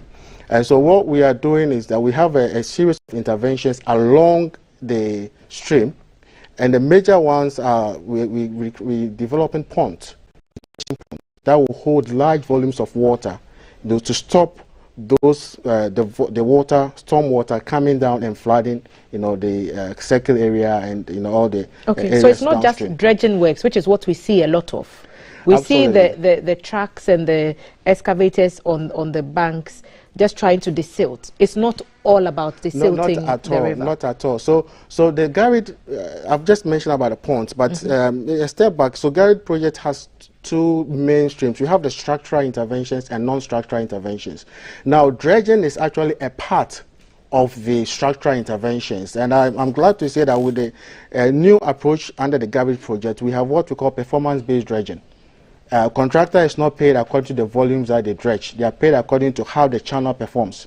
And so we're not going to say that, well, you've dredged 1,000 cubic meters of silt, so we're going to pay you this much. We are saying that as water been flowing freely through our channel, then we're going to pay you accordingly. So that is a new approach. We are far advanced in the procurement process, and we are actually in the final stages of negotiating with the contractor to start what we call the performance-based dredging as part of the Garrett project. And then we also have the structural interventions include the detention ponds I've talked about. We have Kaneshi, where the capacity of our drain is inadequate. With the little rain we have, we have flooding all over the place, because what we have there at the moment is simply inadequate for the amount of rain that we receive. And so we are expanding capacity at Kaneshi. Nima, unfortunately, when we had the incident on the 3rd of June, we had surcharging. Water that was supposed to flow out of the Nima drain into the Odo was actually flowing back because there wasn't capacity, to hold anything in the drain. So we are also expanding the Nima drains. That's another intervention. We have some bridges that actually impedes flow. When the river is so low, water level rises and the water hits the drain and it flows back. So we are also having to demolish some bridges and rebuild them so we can raise them and allow water to flow freely under. So those are the structural interventions. Now we also have the non-structural intervention we call the flood early warning system. When people know what's ahead of them, they're able to take guard. They're able to take measures to protect themselves. And so we have a system where we receive forecast rain, and we have a model that is able to predict which areas would experience flooding, and we have a system of actually communicating, issuing a warning to the people in those communities specifically, issuing warning also to NADMO to prepare, and the people are able to take measures to protect themselves, protect their lives, and protect their livelihood. So these are, in a nutshell, some of the structural and non-structural interventions as far as the flooding element is concerned. But there are also elements about waste management that I'm sure. Okay, so this campaign, I understand it's being launched tomorrow. Today. Okay. What areas are you looking at for your ministry? What's the focal area for you, or areas? Thank you. Before I come to that question, I just want to talk about what we're doing under the garret in the area of sanitation. We're building a transfer station where people can take the refuse there and it to be hauled at larger quantities, like I said. We're also trying to develop a landfill and material recovery facility where it will be the end of the waste that is collected from the transfer station. You send it to the landfill site. In the area of landfills, once the landfill is full, you can't leave it like that. You need to do something to it, because you can't leave the landfill to stand there with the waste on it till the kingdom come. So what we're trying to do is that there's a particular landfill that is standing around Pantine, and it's been there for years. We're trying to rehabilitate and cover and bring it to life, so that at least we'll put some turf or grass on it and bring it, so that when you pass there, you see that no, this is not a dump site, but it's more of a recreational center, sort of. To talk about the campaign, we're launching social behavior change communication campaign this morning. Okay. And the issues are that people, like we said earlier, people dump indiscriminately in open spaces and in drains. And we think that we need to sensitize them, educate them that the need for them to desist from those habits. Because once you do that, it gets into the drain, it blocks the drain, and when it rains, it will flood. But these are things we've done over time, and some people have just proven recalcitrant. Is there a punitive element to this campaign, asking people to do the right thing, to deter those who may feel inclined not to listen? The assemblies that are within the catchment, we're having discussions with them. We form even sanitation teams under the assembly. One of the key issues that we're trying to work with is for them to enforce the bylaws that they have at the assembly level and the building regulation laws, because they have laws that indicates that you can't build at a particular place, and once you do that, it will be demolished. And there are instances that of late some buildings have gone down, and once you use the bylaw, you can put people to court and charge them for the various offenses that they do. If you look at the video that is showed now, where people were just sweeping into the drains, if we educate them, and like the regional minister is doing with the cleaning your frontage, if they are able to clean their frontage, it won't get to that limit where it will rain before you collect the rubbish. But for some of these people, it is when it rains that the waters bring the rubbish to them, and so they feel like they need to give it back to sender. Yes, but take it away. The major thing is that you are not just cleaning your frontage, but like Doctor said, the drain in front of your house is your responsibility to clean. So the drain in front of your house is your responsibility to make sure that those drains are clean. So you clean those drains and clean your frontage, and you are not supposed to keep it in your house or leave it anywhere. Get it to either a designated site. In this city, the various assemblies have zoned their jurisdiction. And what they've done is to give it to some private sectors to collect the solid waste. Areas that you don't have the private sector collecting, with the various low incomes, some have put communal containers, and you go in there, dump your waste, and pay a token. But that's also one of the problems, because people don't want to pay to dispose of their waste. Because if it rains and the water brings you rubbish, and then you collect them and want to give it back to sender, you have to pay for it. And some people do not want to incur that cost, and so they will use the temporary free measure, which is put in the gutter for the water to take away. I think that is one of the major issues why we're launching this campaign, to be able to educate the populace about some of these things. That if everybody in a particular lane decide to do its part, the rest won't get to your frontage for you to get it back into the drain. So we want to educate the public and let them know the need for them to collect this waste and dump it at a designated point. In this country, if you look at, apart from the well layout where we have the formal service providers working, the low-income areas, you have Aboboya moving almost every time collecting waste. Some people have made it arrangements where you get they arrange with the service provider, 2-3 days and collect my waste. So those are the things that we put in place, and we're trying to look at the assemblies to enforce some of these things. So once they come to your house, they'll look at where do you dump your waste. So if you don't have a place, then they will find ways and means of dealing with you to get a place for you to continuously dump, so that you don't dump in the drain that is in front of you. And there's a lot of work that we need to do, but like you said, we've done a lot in the past, and we try to continue, because, like, you know, education takes quite some time for people to pick it up. But once, with the notion that if you put in the drain and it blocks, it will flood the area, I think people should know that if it floods, it will cause a problem. If you look at what the doctor was referring to, the 2015 disaster that came, June 2015, there was a lot of problems that happened in this country. A lot of lives were lost, a lot of property were lost. So if we revisit that, we should still do some of these things for it to reoccur. It becomes a bit of a problem for us. And it appears I'm spending a lot of time with the rep from the Ministry of Sanitation, because waste disposal is such a crucial part of preventing flooding,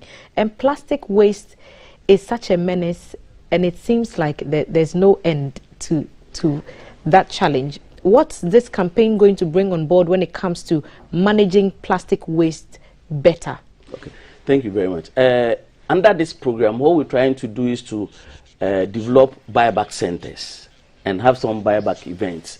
The buyback centers are mainly for people to send plastics to those places and be paid a token. So once you know that you get some money out of it, you will send it there. If you look at the waste stream that comes out now, you don't get metals in there because people pay for metals. So people pick the metals and go and sell them.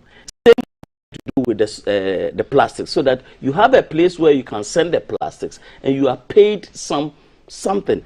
And in one way or that, it also reduces the waste that you would have sent to the service provider to pay for.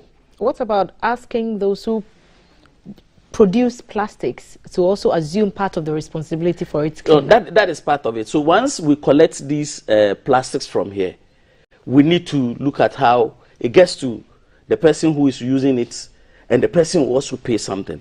But let me say here that under a program that is being led by the Ministry of Environment, Science, Technology and Innovation, there is a plastic management program that is coming on in that particular sector.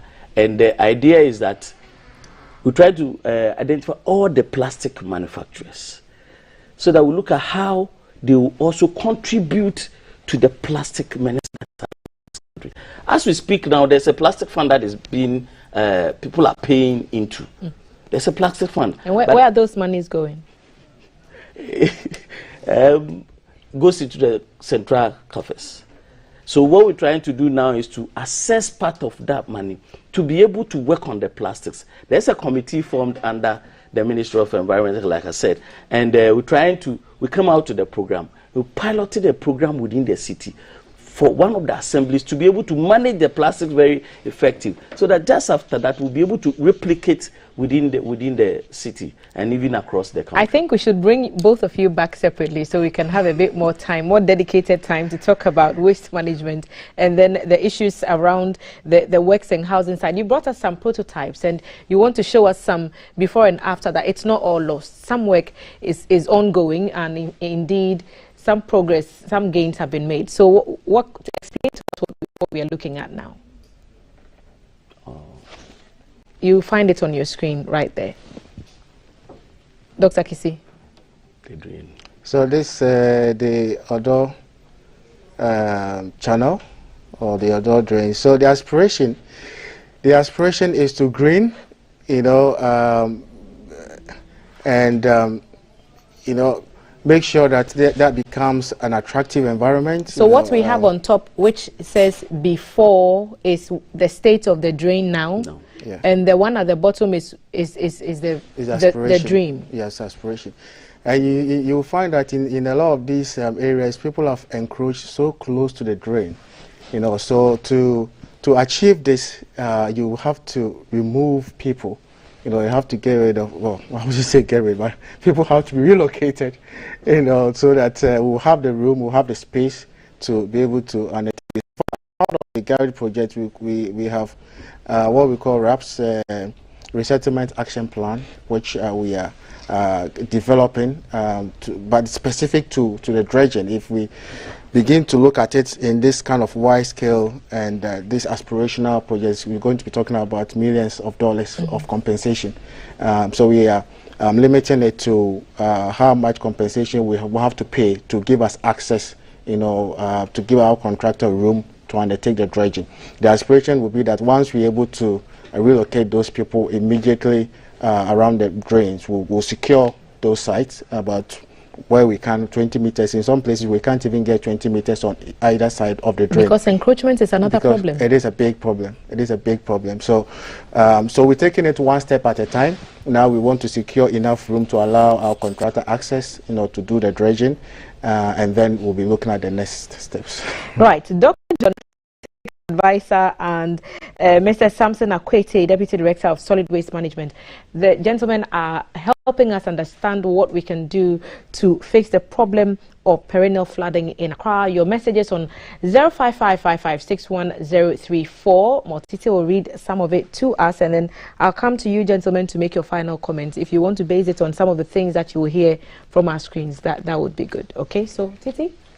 I am just blown away by the harrowing scenes I saw about people sweeping the filth into the gutters. I'm like, where is our sense of patriotism? The water brought it, so they are giving it back. Yes, but as he was saying, pay for plastic waste or take your plastic waste and get paid. In other countries, they separate plastic waste, even in GIG campus.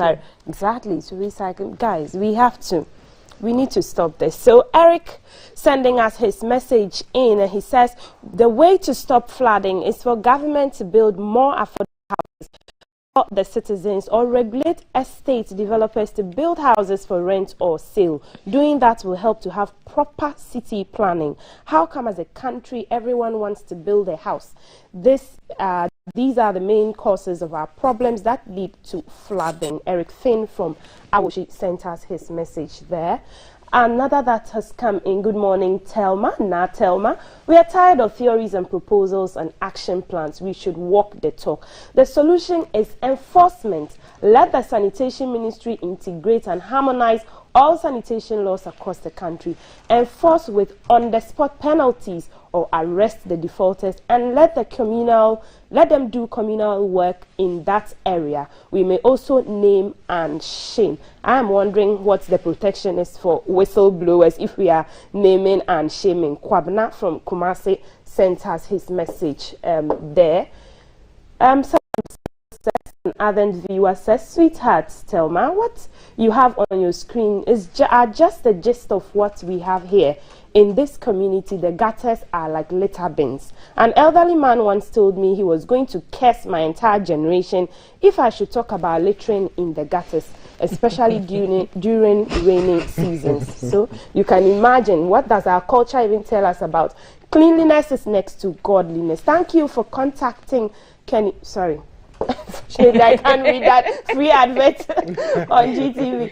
The Operation Clean Your Front team, another one coming in there, Kennedy says, the Operation Clean Your Front team takes bribe.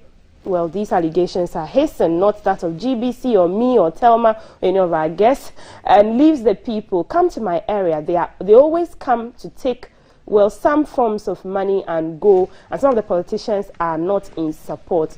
When some of these people are caught, they come and the people go. Elijah from Jamestown, Odododio constituency, sending his thoughts there. Those are his thoughts. And those are the messages we have for now. This message is talking about the earlier conversation on child labor or mining and gender mainstreaming. You can still send your messages on 0555561034. Back to you, Telma.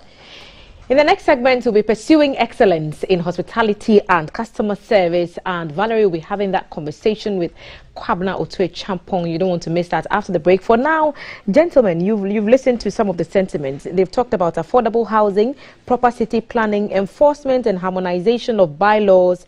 They've talked about spot penalties and attitudinal change. The gutters as litter bins. Your final comments, because I don't even know which one you would want to tackle first. Perhaps I'll start with you again, Dr. Kisen. I'll give the final word to Mr. Akwete. Right. So, I mean, everything that Government is committed, investing huge sums of money. But if we build, huge drains, and we fill them with solid waste, there will be no room for storm water when it rains, and we will still experience flooding.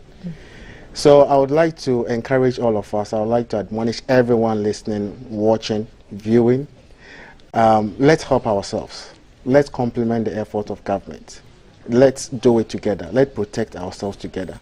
Right. And I believe that we'll all be safe when the rain comes. Mr. Akwete. Thank you very much. Somebody spoke about harmonization of the laws, which is going on at the ministry currently. We're trying to harmonize all the sanitation laws under in one document that will be used by the various and enforce them. And enforce them. But what I would say is that sanitation is a responsibility of all. Once you create waste, you need to think about how it will be managed. So we want to encourage everybody to join us, help to improve on the sanitation that is within the country. If you decide to dump elsewhere, dump legally. It will affect you in some other way. So we'll treat everybody, join us to be able to manage the solid waste that we generate effectively. Thank you, gentlemen. As part of measures to reduce the impacts of flooding on residents in Accra, the Ministry of Works and Housing, in collaboration with the Ministry of Sanitation and Water Resources, will be launching a special behavior change communication campaign to educate residents of Accra, particularly the communities along the Odo River, on proper solid waste management, flood early warning and other best practices to help reduce flooding in the area.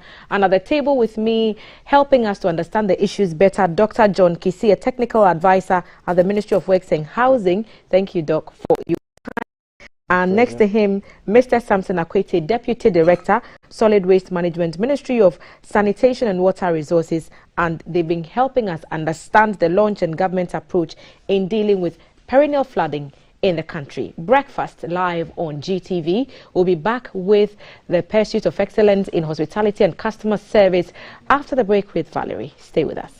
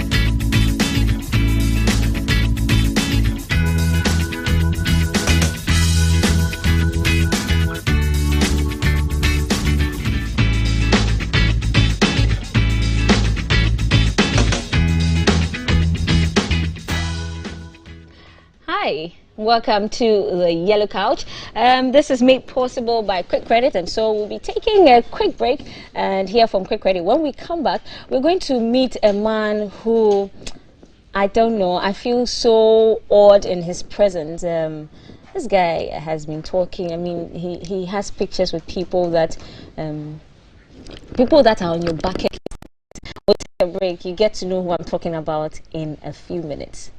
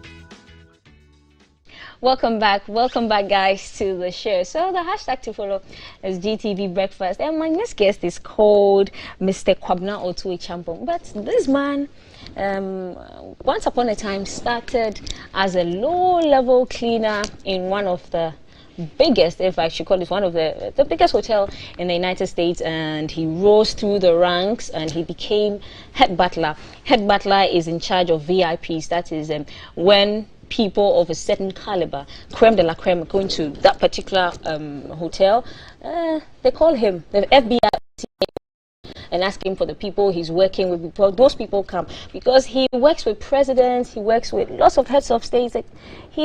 My guest is Mr. Kwabena Otuo Champong. He's going to tell us, guys. I'm not even about to start. Welcome officially to GBC. Thank you for having me. Ghana is honored to have a son like you.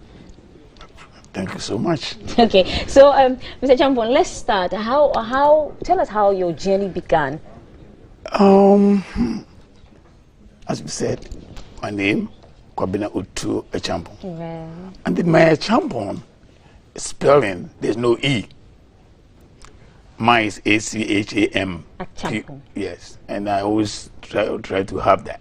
Okay, yes, right. Look, I am from Kumau, in the Ashanti region, and then from there I went to school there, everything, and I went to Wesel College, and from Wesel College I taught a little bit, and then I would travel to Germany. I lived in Germany for 8 years, came back to Ghana, and then went to the States, United States of America, to get settled. So that's how I ended up there in America, you know. Okay. And then when you got to the States, when you got to America, you started working at a hotel. Yes. Which hotel was that? You see, a friend of mine, may he so rest in peace, called Asante from Obuasi, introduced me to hotel business. And then he called me that they're looking for cleaners. Hey, I'm here, I do it. Can work. Can do it. So I went there to start as a cleaner, you know. That hotel is a very small hotel called the Omni Berkshire Place Hotel on Fifth Avenue. Okay. So now Fifth Avenue, working there. And then they wanted a cleaner at the Waldorf. Waldorf is a very big place. So I went to Waldorf, started. They said, hey, this guy looks intelligent, you know, he's smart. Can you come and help the concierge as a package man? I said, hey, I'm here. So the package man, my job is, before the guest comes in, I'll get their packages and put them in their rooms, you know. So I started. Then I became a doorman. Okay. Then I became a bellman. Okay. Then I ran through the ranks, What's the difference between a doorman and a bellman? The bellman, I am inside the hotel. The doorman opens the door for the guest, bring the guest in, and the bellman, I take the luggage and put them upstairs with the guest. So I have to know what the room is like. I have to know how the room to be set up, so that when I'm there, I'm showing how the TV works. I'm showing how the air conditioning works. I'm showing you the clock, everything. And then ask them, they are comfortable to stay in the room? Yes. Before I went back downstairs to wait for my next guest. Okay. The doorman is standing there to open the door for every guest that enters. Okay. So from bellman, you became a bellman. Yes. And so from bellman, where did you go to next? Which level did you go to next? To be a butler. A butler. That is to start from the level of being a butler. Okay. And then you rose through the ranks Go of to being the rank of butler, go to the ranks, and then I became the head butler, which is equivalent to director of VIPs. Right. Within a period of maybe 15 years. So for 15 years, you were head butler. Yes. Who are some of the people that you worked for? Some of the people you saw, some of the rooms you saw to before they came, some of the people who called you. Tell us about your experience. 15 years as head butler. You see, in the world of. These are some of the people, some of the images on our screens, some of the people. Yes. Who's this? This gentleman, I'm coming back to this one. Right. This gentleman is the #1 religious leader to King Abdullah of Saudi Arabia. Okay, the #1 religious, so the number, say, the special assistant to the King of Saudi Arabia. Yeah. Okay. Religiously. Religiously. Yeah. King Abdullah. Yes, and his name is Sheikh Atwajiri. Right. Sheikh Atwajiri. This man that we are seeing, Reverend Abshatin, is an activist, civil rights leader in the United States. Very, very prominent person. This is Margaret Thatcher. So you met Margaret Thatcher, attended to her? Yes.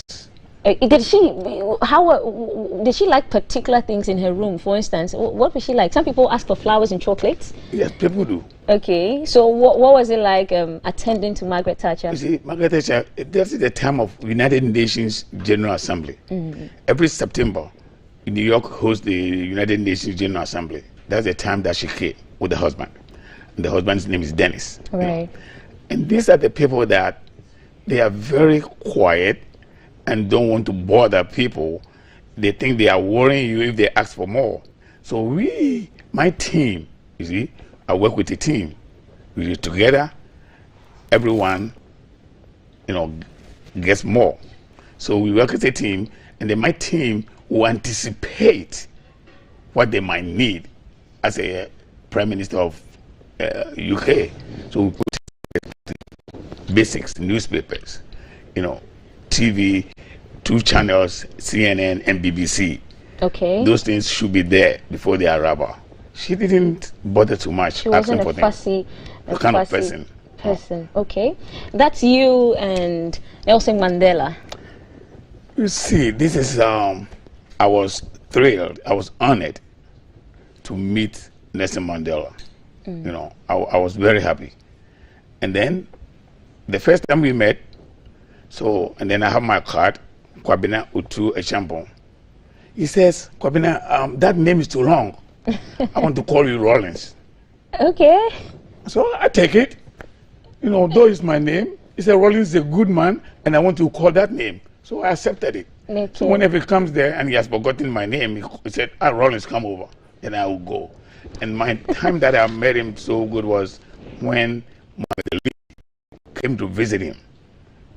So I'm here, Mandela is here, Muhammad Ali is here. So you've actually met Muhammad Ali in person. Served him coffee. I can confidently say I am very, very jealous of you right now. You actually met Muhammad Ali. I did. Met Muhammad Ali. I have pictures with him now. He did it to show me. That's another photo of you, a younger you. Yes. This is Archbishop Desmond Tutu and the wife. She's very religious. Whenever he's there, you got to somebody asking you, did you pray? So maybe I did, and I said, yes, I did. You know, and then we joke over things and all that. They are always low profile. Very low profile. Most of these people that we're seeing photos of you and them, most of them have passed on. How did you feel when they passed? For instance, Nelson Mandela and Desmond Tutu.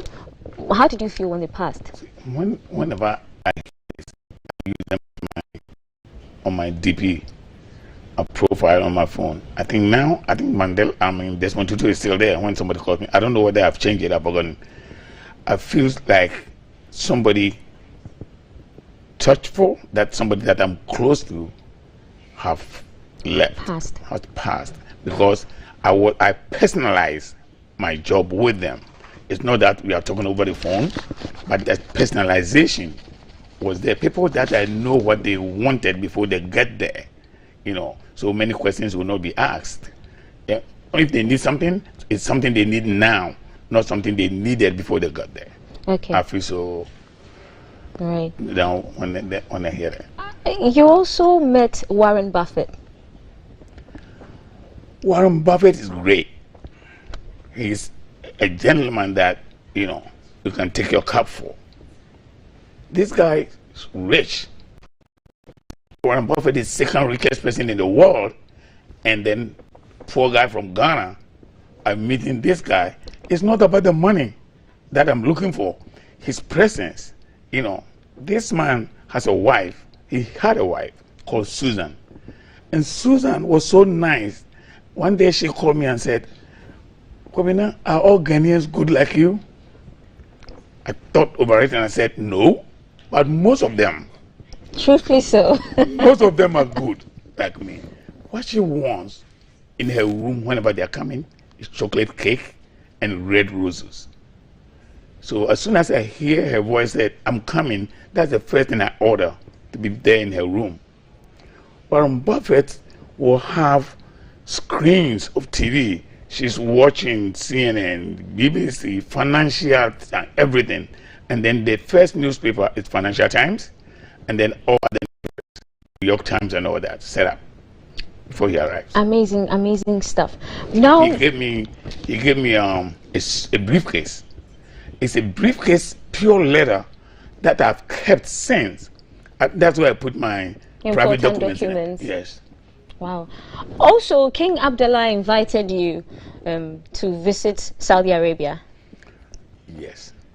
There is a program, there's a festival in Saudi Arabia where they do it and call it Shenedria. Shenedria is a yearly thing that people from all over the world, dignitaries, important people, come to Saudi Arabia. That's when he invited me. And I went to his palace. Amazing. And he made him take me to the desert where we spread carpets, sat down to eat. We're sitting down on the carpet to eat. It's things that when I remember, and maybe I don't know. I should have taken more advantage of it. You know, I was naive doing my job, you know, as usual. If it were today youth, they will be making money out of it and put it on social media or something. Yes. So I'm coming. That brings me to my next line of questioning. And you're currently working as the operations and quality control consultant at the Menswick Grand Hotel. Yes. Okay. Customer service in our hospitality industry here in Ghana, from all the surveys we've done, videos and other things with how would you rate our customer service when it comes to hospitality here in Ghana? Then we can begin our conversation. Yes, you see, customer service is just a puzzle in customer experience. You see, customer experience is what's supposed to be. Customer service is just in there. Okay. So customer journey is what I consult with. And then in the customer journey, there's customer service. So customer journey is when somebody, a guest, picks up the phone and call, or you went to the website to check your products and call you. How do you answer the phone calls? How do you bring the person? How do you convince the person to buy your product coming to the Medley Grand Hotel. When they are there, what do? You know, the doorman is there, the porters are there, the front office is there. You make sure nobody screws you up by managing it, you know. So now from there, checking in, you check somebody out. So this is what I do. Okay. This phrase, the customer is always right, do you think is outmoded? You see, make them believe always right. You should make customers believe they're always right. Yes, with respect and dignity. Because if you say customers are always right, it doesn't happen that way. Customers are always not right. But customers are most of the time right. But if they are not right, you have to make them right with respect and dignity. Make them believe that they are right. Make them believe that they are right. Right. What has been your greatest inspiration through your life's journey? Rephrase your question. If you say inspiration, what do you mean? I mean in terms of? What spurs you on? When you started your journey, your life journey as a child, and you were going through the ranks, what spurred you on daily? What inspired you? I always want to make people happy. You know, I want to make people happy every day. You see, in the men's week, I start work sometimes 4:30 in the morning, 5 o'clock in the morning, and sometimes I don't go to bed until 1 a.m. At your age, sir? Yes, I'm 70. On 23rd March, I got 70. So I'm working to make sure people are happy. And the workers also know that, oh, Mr. Champon will do it. If I'm sleeping, they are calling me. You know, I don't mind, because this has been my passion, and my passion has been translated to be even my hobby. Yes, right now it's a hobby. Yes. You're consulting. Yes, and Okay. I love doing that. Okay. Permit us to talk about going to family a bit, if you want to talk about family.